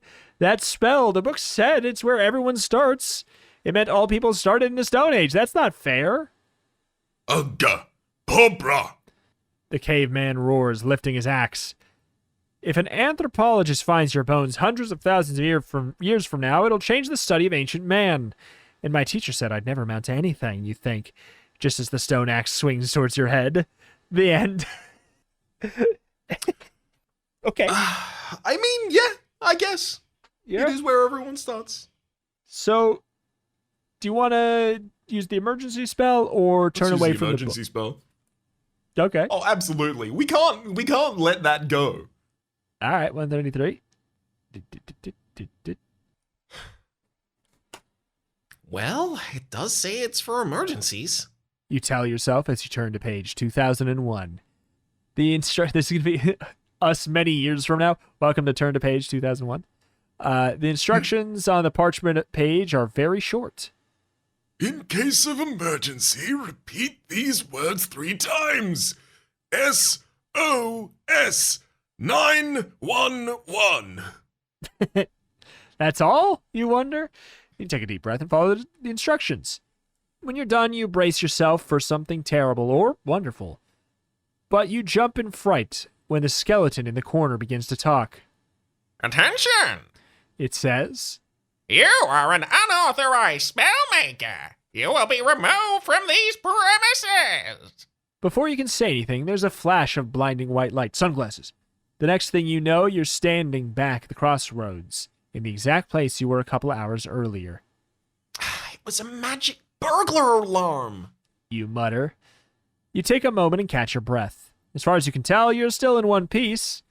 Well, you think, I'm back where I started, but at least I didn't turn myself into a frog or something. From out of nowhere, you hear the voice of the skeleton. Not this time. Go back to page 32, the crossroads.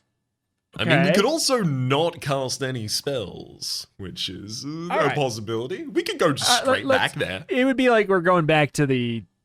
Yeah. We just go back, so that's 41. You snap the book's cover shut. I'm not messing around with this stuff. You say out loud. Good. Good choice. You whirl around. With a shock, you realize it's the skeleton in the corner that's talking, its jaw clattering up and down. You are not ready for the book. He goes on. But I'm going to reward you for knowing your own limits. The skeleton points a finger bone at a wooden box in the corner. You walk over and study the box. There's an egg-shaped dent in the lid. If you have a magic white stone, you may place it in the dent. The skeleton chatters. And then you'll get a big surprise. A big surprise, huh? Sometimes surprises aren't all they're cracked up to be, especially in the Middle Ages. If you have a magic stone and you want to put it in the hole in the lid, turn to page 94. If you don't have it or you don't want to use it, 69. Put object Let's put. in hole. I think we should interact. I'm hoping it's just a duplicate. Yeah, or if it's like a... Here's the thing, we can always time travel back to not doing it. That is also Let's see. true. I'm game. You say. You pull the magic stone from your pocket and place it in the hollow of the box's lid. Then you hold your breath. A blue light and a small puff of smoke surround the box. As the smoke clears, you see the box is open, and lying inside is a rolled-up parchment scroll. You grab the scroll, then you find the stone which rolled onto the floor when the lid flew open. The scroll spell is designed for general use. The skeleton instructs you. For best results, please use before May 15th, 2001. Thank you for playing our game. You will now be returned to your previous location.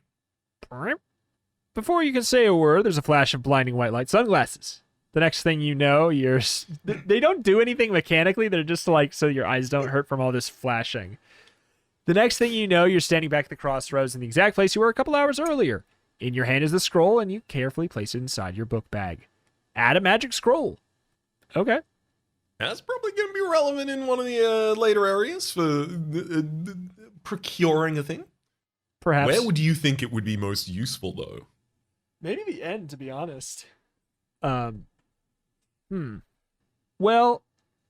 Currently, So it's Forest, Tower, and Castle are the only 3 we haven't tried directly to which go to.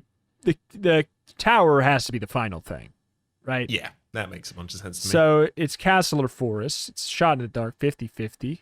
Can't possibly make a Wait, and also, I will say, little bit of metagaming.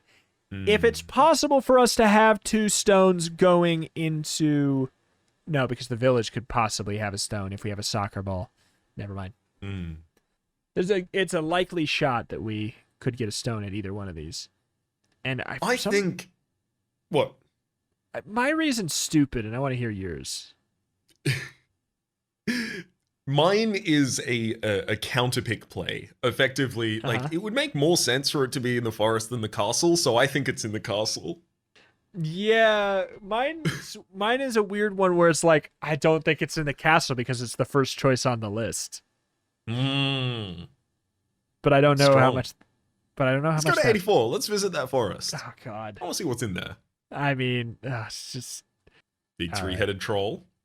This road leads into a thick forest. Massive oak trees line both sides, and tangled bushes and saplings crowd around the bases, branches meeting overhead, shutting out the sunlight. The road looks well traveled, but after an hour of walking, you still haven't seen anyone. You're getting tired and thirsty. Snap. Without warning, your feet are pulled out from under you. You're jerked into the air where you hang upside down. You walked into some sort of trap. Desperately, you twist around, trying to find a way to untie yourself as you turn helplessly. A pair of dirty, sandal-clad feet come into view, Well, well, well, Little John. says a man's voice. It seems your trap caught something. You raise your head and catch a glimpse of the speaker. He's tall and has a brown beard and shoulder-length hair. He's wearing a green tunic and leggings. On his head is a green hat with a long red feather. Welcome to our merry forest. He says with a big grin. Swing to page 113. He lowers you gently to the ground. When you stand up, you see 5 other men. They're dressed in green tights and leggings. They carry longbows, quivers of arrows, except for one very tall man who carries a long staff. That one is Little John. The man who spoke seems to be their leader. Sorry, traveler. He says for now. That trap was set for the king's soldiers, not a lone pilgrim like you. That's all right. You say awkwardly. You were frightened at first, but now this man seems kind and friendly. In fact, he reminds you of someone, but who? Your thoughts are interrupted by the stranger. Say, we're just about to have our midday meal. He says, slapping you on the back. It's only a modest repast, but we'd love to have you. What say you? These fellows could be just the help you need. Maybe you should go with them. On the other hand, what do you really know about them besides the fact that they wear green tights? I mean, is the implication supposed to be that this would be Robin Hood? Because don't we maybe know Robin? So the previous one was just Robin. Yeah, but I don't know. I'm down for anything, but I'm more just like I'm saying that so if it happens, the book doesn't get one over on me. And I think I can see the path by which that would occur, which is to say, like, Say, we're just about to have our midday meal. It's only a modest repast, but we'd love to have you. You. Yeah, exactly. That's right. yeah, exactly. We'd love you to be the guest of honor. You'd be the toast of the town, that kind of thing. Mm-hmm. I still want to naively trust and then be disappointed. It's worked so well before. All right. These men are enemies of the king, you reason, so they must be the good guys. Besides, they remind you of Robin Hood, I am pretty hungry. you declare, Lead the way. Excellent! cries the leader. One dinner coming up. Great. You follow them down a small path that leads away from the road. After being on your own in a strange place, it's nice to be with a bunch of friends. They're all really careful to keep an eye on you and make sure you don't get lost. After just a few minutes, you see a low rocky cliff. The path leads to a small cave that's partly hidden by vines. Follow the band into their hideout. Okay. You shout, getting into the spirit of things. What's for dinner? Setting them up. The leader turns to you with a big smile. You stare at him. How come you didn't notice his teeth before? Kind of, pointy. What's for dinner? He repeats. Funny you should ask. Go to page 114. This is Robin Hood, but it's the Disney's Robin Hood. Oh, no! He's a fox fox? man. The hot fox who eats you. You suddenly start to feel nervous. In the dim light of the cave, the band of men start to look fuzzy. Then, to your horror, they begin to change shape. As you watch, their leader's teeth grow longer and sharper into deadly-looking fangs. His back bends and twists, and his whole body swells and bulges horribly. His face isn't pleasant and smiling anymore. Instead, he leers at you through bloodshot yellow eyes like a dog's or a wolf's. What are you? You shriek. You turn in every direction looking for a way out. It's no use. They have you surrounded. Why? We're ogres. What? The leader says with a cruel laugh. What did you think? That we were some kind of merry men? But you said... I said we'd love to have you for dinner. The leader breaks in. He moves towards you, licking his lips. And that's exactly what we're gonna do. The end. 52? I mean... Yeah. Look, I'm glad the book didn't get it over on us and we knew the way it was going to happen. That sign can't stop me because I can read, but I just am a trusting guy. That sign can't stop me because I seek danger. 52. This isn't a movie, you remind yourself. Just because they're wearing green tights and are anthropomorphic animals does not mean that they're like Robin Hood. You slowly back away from the smiling men. I just remembered. You say? I'm actually not very hungry. Oh, come now. The leader of the men says, taking a quick step towards you. Just a quick bite? No thanks. You repeat. You sense someone behind you and turn. It's the one called Little John. He smiles down at you, and you suddenly notice that he has very sharp teeth. Without stopping to think, you kick the big man in the knee. Yeah! He howls. You dodge around him, run down the road as fast as you can, your heart beating wildly. There's something wrong with those guys. You glance over your shoulder. They're gaining on you. You know you can't outrun them. Okay, you big bullies! You shout, whirling around. You're ready to fight, even if it seems hopeless. But to your surprise, the men run right by you. Guess they're not as tough as I thought. You say. No, they're not. Someone answers. Turn to page 19. Standing next to you is a cloaked figure who seems to have appeared out of nowhere. You jump back in fright, still shaky from your narrow escape. Who are you? You ask, your voice quivering. A friend. The cloaked figure murmurs. I don't know if I need any more friends. Relate. You reply. The stranger laughs. A wise point of view, but it's not safe to be wandering in this forest alone. You relax a little. Even though you can't see the guy's face, you don't feel threatened. Why don't you follow me? The stranger suggests. If you see anything you don't like, you can always stop, but I think you'll do better with me than with them. You look down the road. The men chasing you were scared off by something, and it wasn't you. Could they have been scared by this person, who's not much taller than you? Okay, You say, I trust you. Good. replies the stranger. He steps off the road through some dense bushes. If there's a trail, you don't see it. Oh, Where are we going? you ask, pushing through the bushes. To Robin's camp. Comes the answer. Go to page 78. Wait, what? Oh. Are there, like, multiple different paths that take you to... What? Yeah. And this is a different stranger. This is a different stranger, but the stranger evidently is still Robin. Yeah. And we still don't have a soccer ball. Mm-hmm. So this path is not useful to us. Back to 32. That we exhausted every path on that. Let's just make absolutely certain, I just- because 33 is the other one that it points to there. Like, No, what's 30 the page 30 below this? I have 33 scratched out. Okay, yeah, so it absolutely is. I want to tell you, marking it all down, we have done every possible thing so far Yeah. that we could do without soccer ball. We're doing 100% route. Woohoo!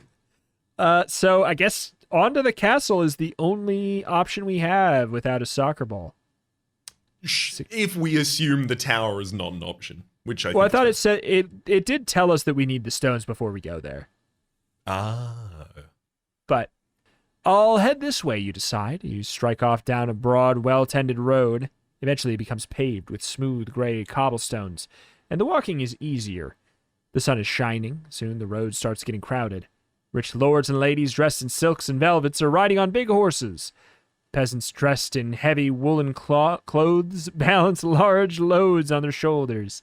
Beggars dressed in rags stumble along asking for handouts. They're all heading in the same direction. The road becomes even more crowded. As you climb to the top of the hill, you can understand why. In the green valley below is a huge stone castle. Looks like something out of a fairy tale. Then you see that at the one corner of the castle stands a black windowless tower. You shiver. You know from Eddie and Sue's description that it's Terror Tower. Your steps are bringing you closer to the last place you want to be, but you have to face it eventually. You follow the crowd down the road towards the castle. Go to page 85. As the road heads down into the valley and towards the castle, you see it divides into two. The main branch heads through a bustling market, over the moat's drawbridge, and right through the main gates of the castle. Dozens of soldiers are guarding the entrance. This must be King Robert's castle, you think. You glance at the smaller road, and it follows the castle wall for a while and disappears around the corner. You don't know where it goes. Which way should you go? Main gate or smaller road? If you have any initial inkling here. Not even Go with it. slightly. Not even slightly. All right, let's go to the This smaller road. is- Yeah. 111. I guess if I had an inkling, it'd be like, I like the number 111 better. Mm-hmm. That's my inkling. I don't have to move my finger on the keyboard to get that. Yeah. Beep, beep, beep. There are too many guards at the front gate. You think, I'll try this smaller road. Maybe there are fewer guards. You set off down the side road, and you're alone on it. There's no crowds to hide in, the dark castle looming above you. As you turn the corner of the castle, you see that the road leads to a smaller drawbridge, guarded by one soldier. His red and black tunic covers most of his brightly polished armor. In one hand he holds a round shield, and the other a long spear with a very sharp tip. The guard stares at you with dark, beady eyes. In spite of your peasant clothing, you're sure he can tell that you're a stranger. You have to drag your feet forward, fighting the urge to turn and run. The shadow of Terror Tower lies across your path like a dark pit. You step into it, and a chill flows through you. At the start of the small drawbridge, your fear takes you over. You freeze for a second. The guard scowls. Get on then. He barks. They're waiting for you. You don't have to be told twice. You don't know who's waiting, but it beats this scary guard. You walk quickly over the narrow bridge and through the arched stone doorway. Go to page 59. It's also Robin.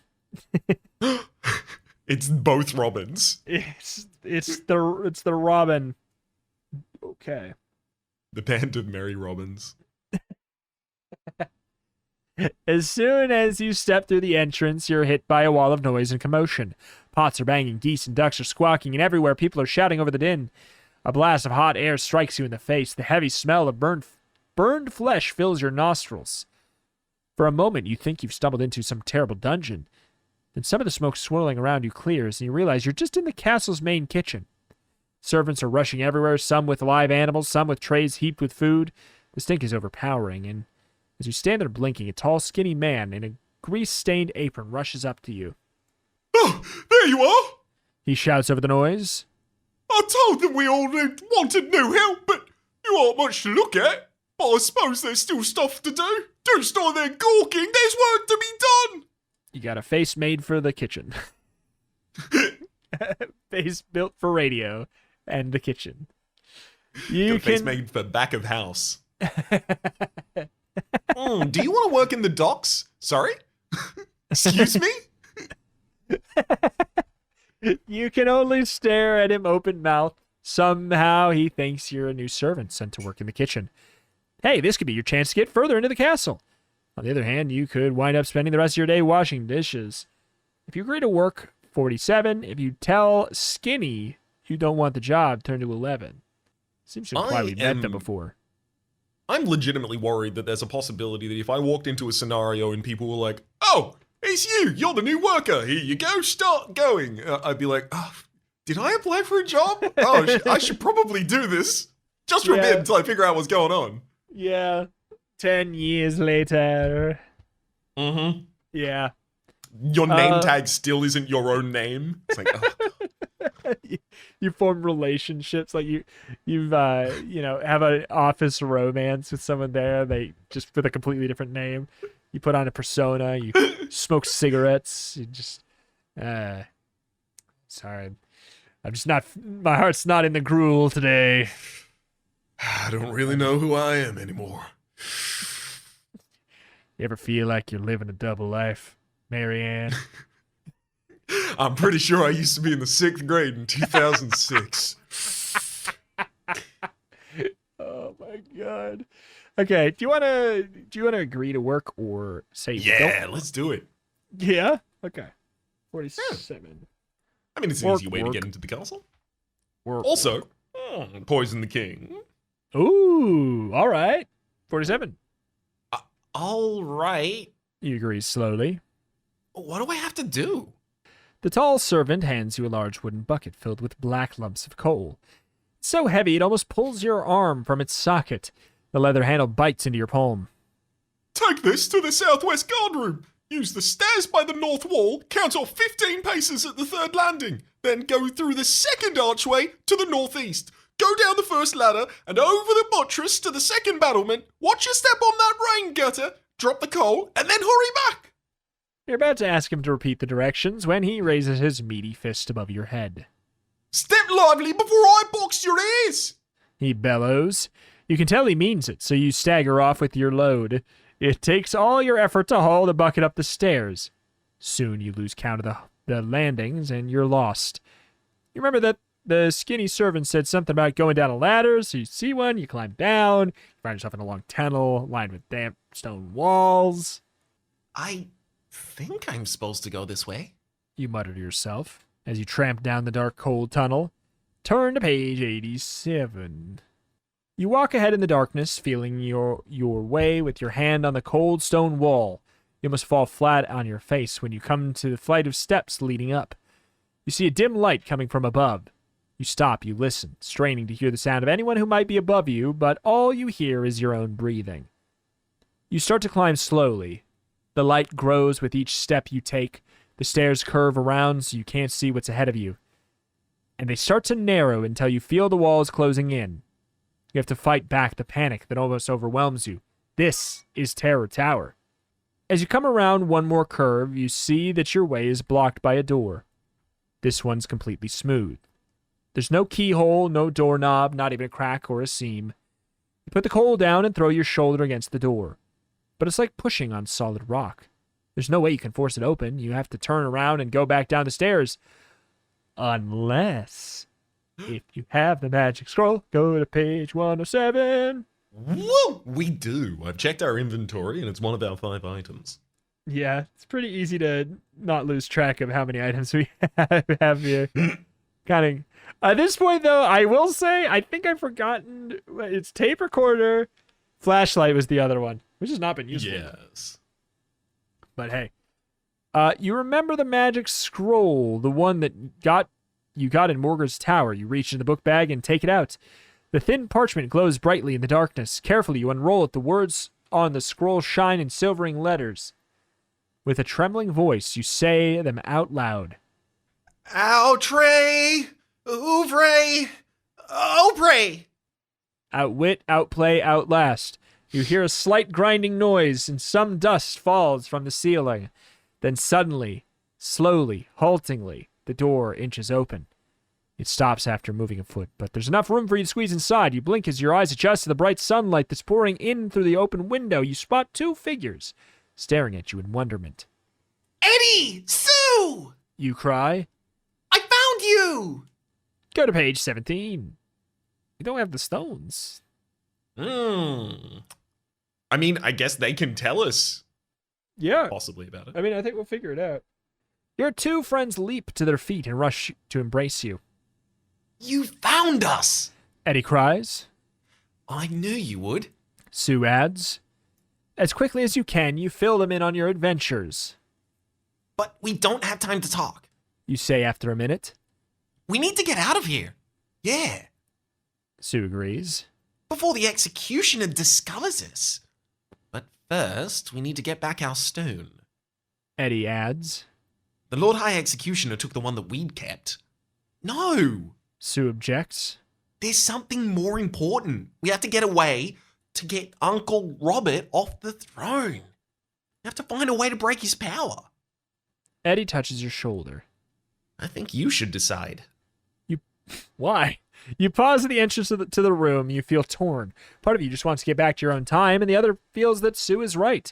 But how can King Robert be overthrown? You think back to your adventures so far. Is there something that you learned that will help you? Decide what to do now. If you go after the missing stone, page 46. If you try and overthrow King Robert, page 4. I don't think we know anything that'll help us. I don't think we do. Where would we have learned something? Oh, probably from Robin Hood. That would make sense. So, should have brought a soccer ball if you want to overthrow the king. Obviously. So People always forget the first step to political revolution is soccer. People always forget that. Always, every time. So, I mean, do you want to attempt? I don't think we should make the attempt. I think we should go after the missing stone. I think this is effectively like, did you have the ball? I think it's trying, yeah.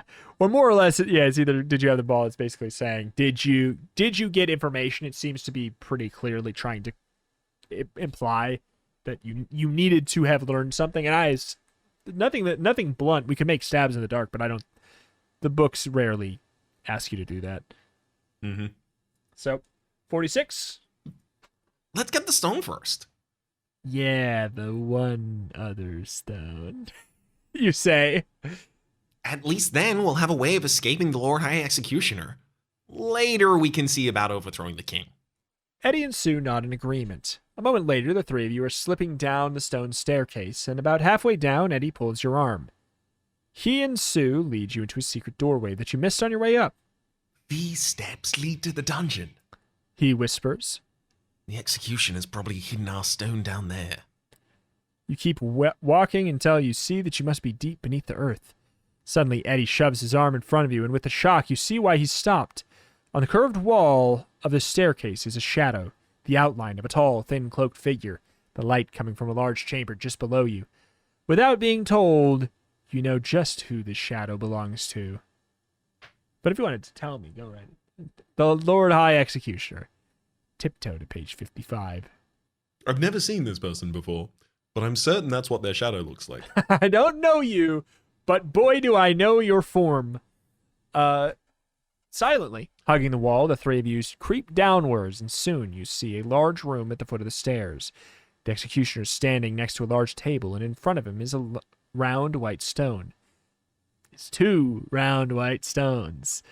He stands over it, moving his long, thin hands back and forth, mumbling words. He's trying to travel in time with only one stone.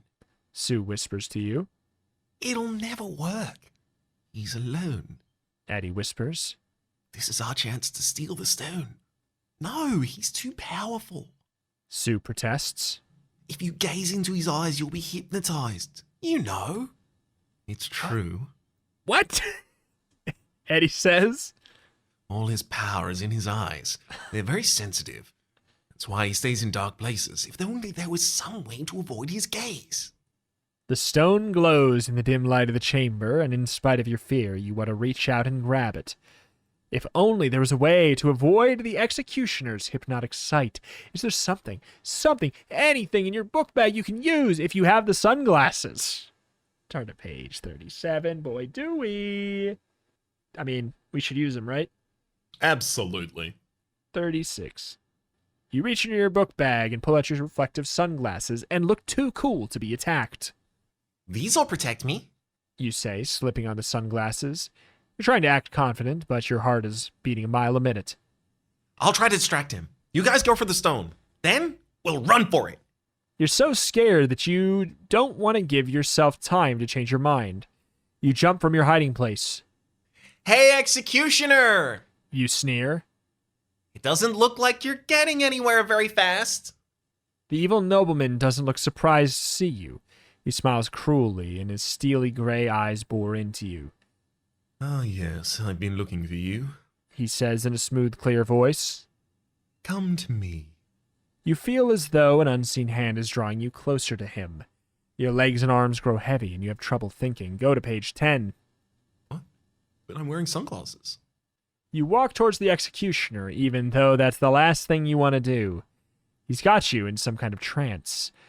As you get closer, the executioner studies your sunglasses. Ah, He gloats.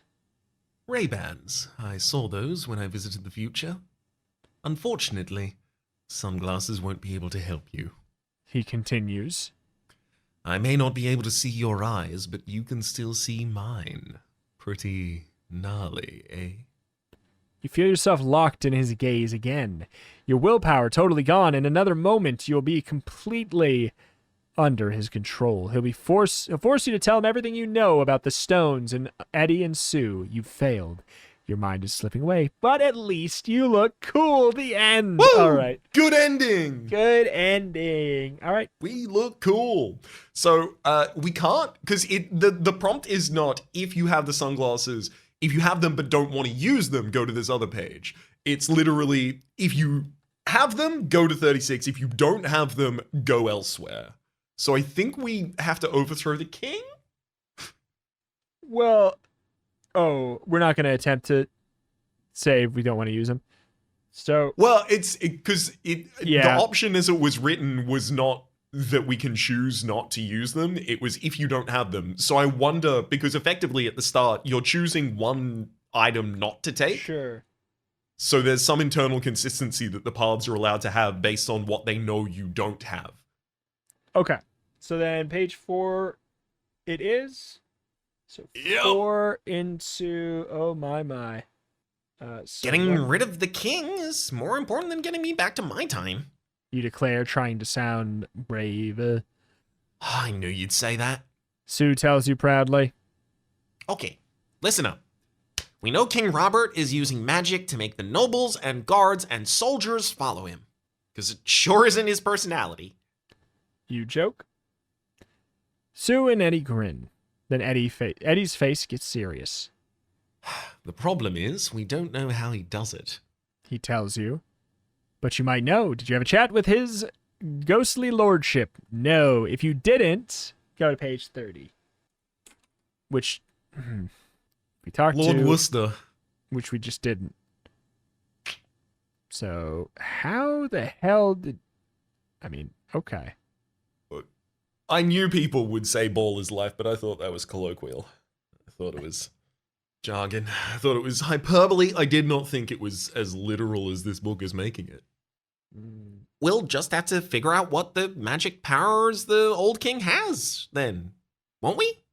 You say, trying to sound confident. Eddie and Sue nod in agreement. Carefully, the three of you slip out of the room. Start down the stairs, but instead of going all the way to the bottom, Eddie opens a secret door halfway down. Our father showed this to us before he died. Eddie explains. It leads to the castle.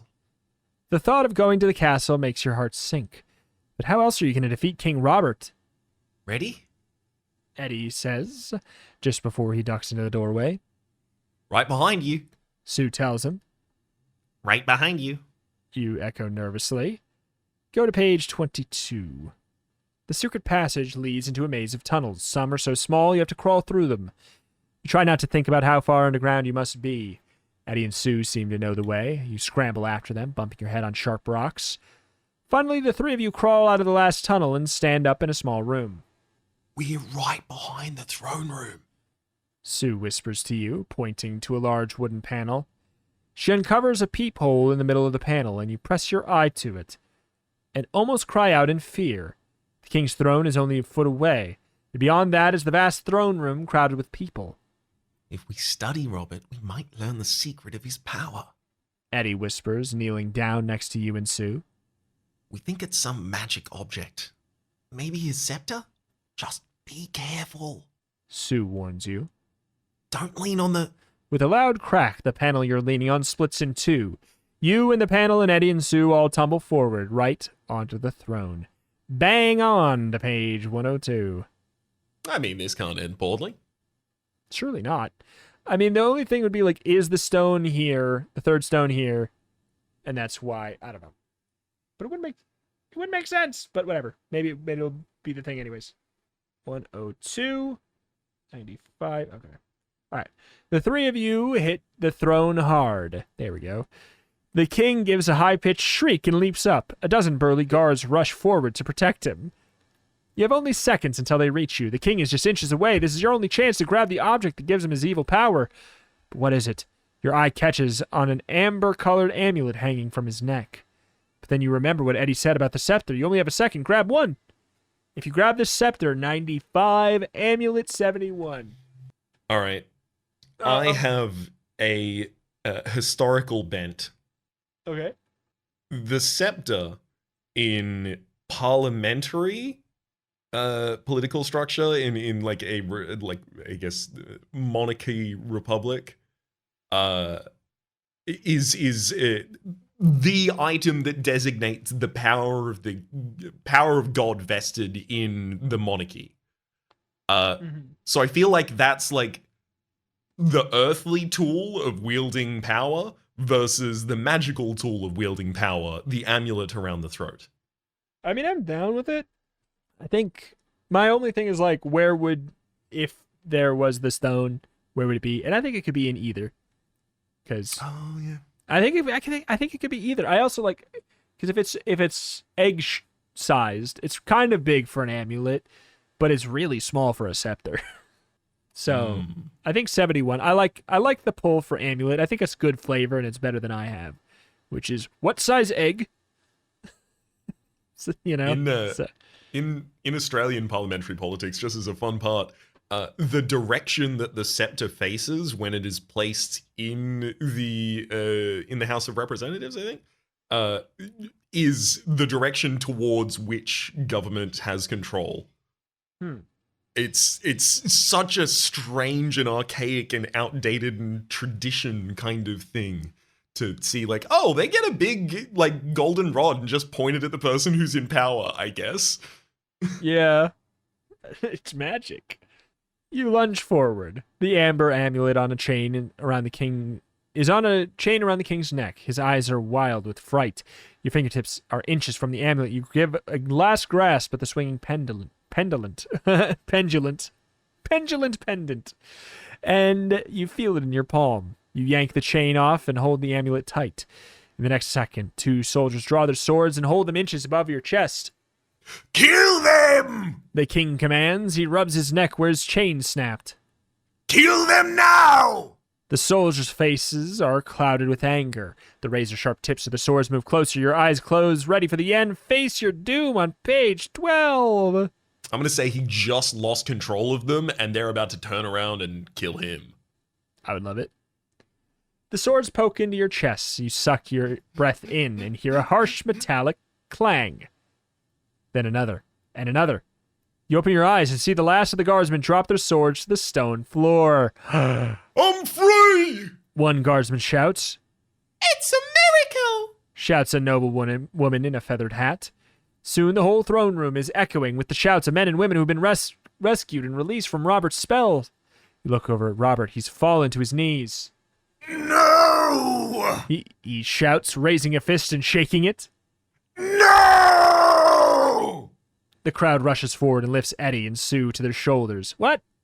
Long live the true prince and princess! They chant as they parade your friends around the room. I mean, we should probably be prince and princess after we won. I'm just saying. Yeah, We exactly. We won power, but okay. Meanwhile, others have grabbed Robert, who has started to slink away. Then the doors of the throne room are flung open. The cheering dies, and Eddie and Sue are gently set down. Filling the doorway is the Lord High Executioner. Turn to page Rita. 110. Yes? We do have the amulet. We can absolutely just change, like, whoa, hang on, you're giving them too much credit. Holds the amulet for a second, everyone picks back up their swords. Kill them! I want the credit! The executioner stares at Robert, who is struggling to get away from the people holding him. Then he sees Eddie and Sue surrounded by their subjects. You, The executioner thunders. the prince and princess. Then he bows low. Welcome back, your highnesses. The executioner was under Robert's spell, and now he's free too. The throne room erupts and cheers again. Everyone claps. Long live Edward! Long live Susanna! End player. That night, the celebrating goes on for a long time.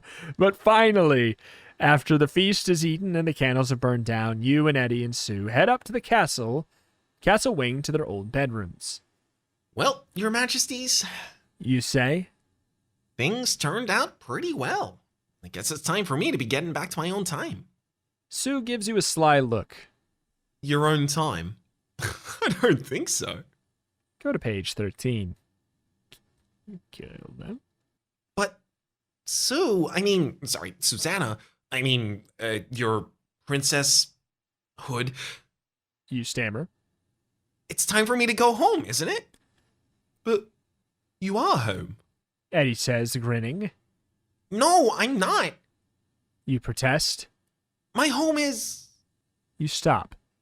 Somehow you can't remember your home, or your parents, or your school, or anything from your time. What's wrong with me? You murmur. Am I under a spell?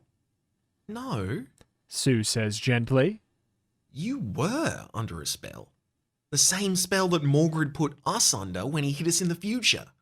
A spell to make us forget who we really are. Who we really... You trail off. I'm not from the future? No! Eddie cries. You're from this time. You're our cousin. This castle is your home too. You can't believe it. You don't believe it. It can't be real. You draw the line again. No, I'm stubborn again. But suddenly, all your memories come flooding back. Eddie and Sue are telling the truth. You really are one of them. This is really your home. Your royal cousins hug you. You did it! Eddie says. You restored us to the throne, and now we can rule together. You take a deep breath. You set out to help a royal family. How could you know that you were helping yourself? Congratulations, and long live you. The end. Okay. Long live the princess! Long live the prince! Long live cousin of them! Cousin player. This is the rare. It's not all the dream. This is the rare. Your whole Everything life, else was a except for dream. this, was a dream. This is the only This real is thing. the only truth you know. Everything I you really read is like your whole that, life. actually. I do too. I think it's fun. It's like it has the same energy, but it's the infinitely more satisfying version of it. Mm-hmm. It's nice because it's like boom, it works, and also it doesn't make you feel weird about like what we're just leaving our parents back at home. It's like Yep. yeah, it solves it. It also has this excellent effect of like giving you a meta condition that you attempt to meet that you don't have to be able to, and it makes sense in the story, which is to say, like, we didn't need to find all 3 stones so that we could teleport back home. That was never relevant in the worlds as it's constructed here. The second you don't pick the soccer ball, you are not going home. Mm-hmm. And I think that is fun. I actually, like, in the end, knowing all this context, like, as it kept going on, I was, like, getting more and more frustrated that we weren't finding the second stone, but finding out that, like, for the first time, the obvious, like, you need to get the X thing, you know, of the Goosebumps was actually also optional, makes this one feel truly more open-ended and, like, the most logical, best kind of use of the inventory system almost so far, in a way, which is cool and neat, and I liked it a lot. I think this one was really good. I think so too. I think this is probably my favorite of the inventory management versions of the mainline Goosebumps series, including special editions that we've played. I would say so. That sounds wildly specific, but I agree, and I think that says something because we like the inventory style system. So the fact that this one does that one the best is a pretty glowing recommendation of this one. I think it was a nice time. I enjoyed it. I enjoyed it. I liked it a lot. I like the theme. I'm a fantasy guy. We got to go all over. It's good. It was also very chunky, and in an unexpected way, probably due to the fact that we did the 100% completion route. Like, There's this a one probably world was where not we long. never needed to go to the village at all. There was nothing that we got there. We probably wait. If you don't, Or the forest. we didn't need to go anywhere. We just needed to go to the Morgrid's Tower. No, Well, we needed to go to Dragon and Morgrid's Morgrid's. Tower. Dragon, Morgrid's, done. Yeah, we could have done Yep. Dragon's, Morgrid's, done for sure. So that's the AGDQ route. That's the for anyone AGDQ who's route. Yep. going to be training. And if you're going for soccer ball percent, you're in for a much different time. You're going to be going. You're going to probably want to start running glitchless because you're going to have to go through the Robin Hood's camp at that point. There's a lot of dialoguing. You have to be ready for some extensive menuing, which if you're not really like into that kind of speed run, don't go for it. This one truly tests your skill a bit more. There's a lot more clips and in frame perfect tricks. Why do so many speedrun jokes come up in this podcast? It's a book podcast.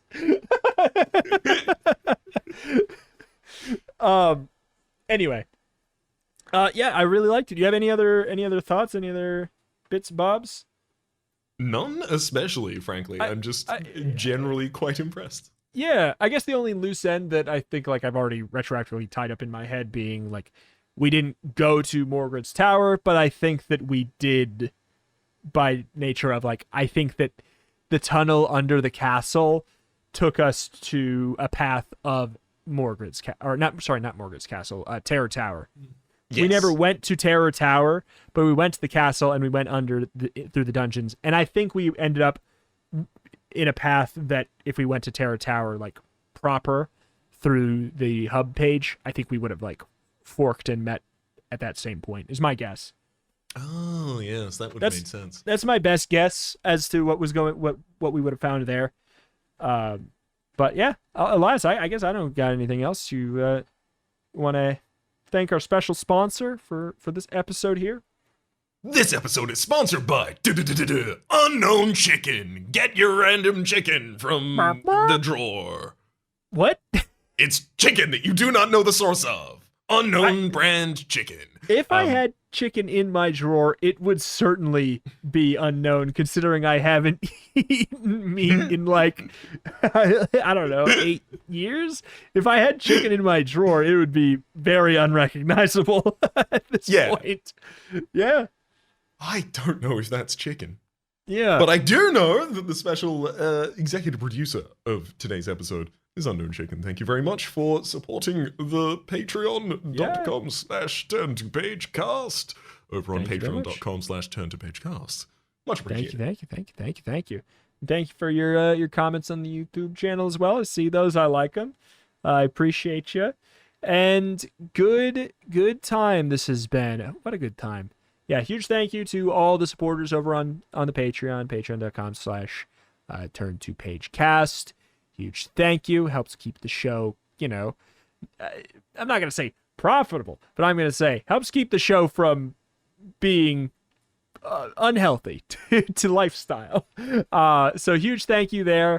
And yeah, double thank you again to Something Scary for sending in the scan of this book so that we could Thanks. read it here today.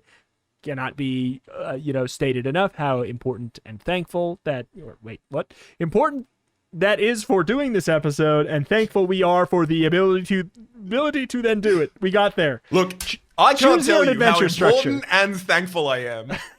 I'm a big wig and I really appreciate it. I am so important to tell you thank you.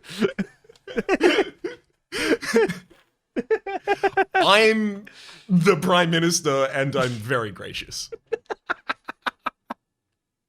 Oh my god. All right, that's probably it. Hey, if you want to go subscribe over on youtube.com/@turn-to-pagecast, you can do that. It's a very helpful thing you can do that's completely free. It's just a YouTube channel that has it's got the thumbnails and the little simple, videos to it. And the little thumbnail And a art comment you can see section. a little bit better. And a comment section. That is true. There is a comment section. One of the only places to actually easily find a public discussion of the episodes is the YouTube page. Because otherwise it's all scattered around everywhere. If you want to send us something privately and directly, you can send an email over to turntopagecast@gmail.com.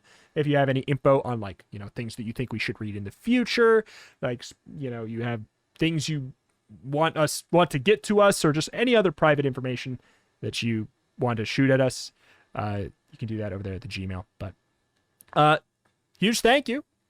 But it's been meaty, so let us leave. Thank you for listening. We'll catch you next week. Bye-bye. Adios.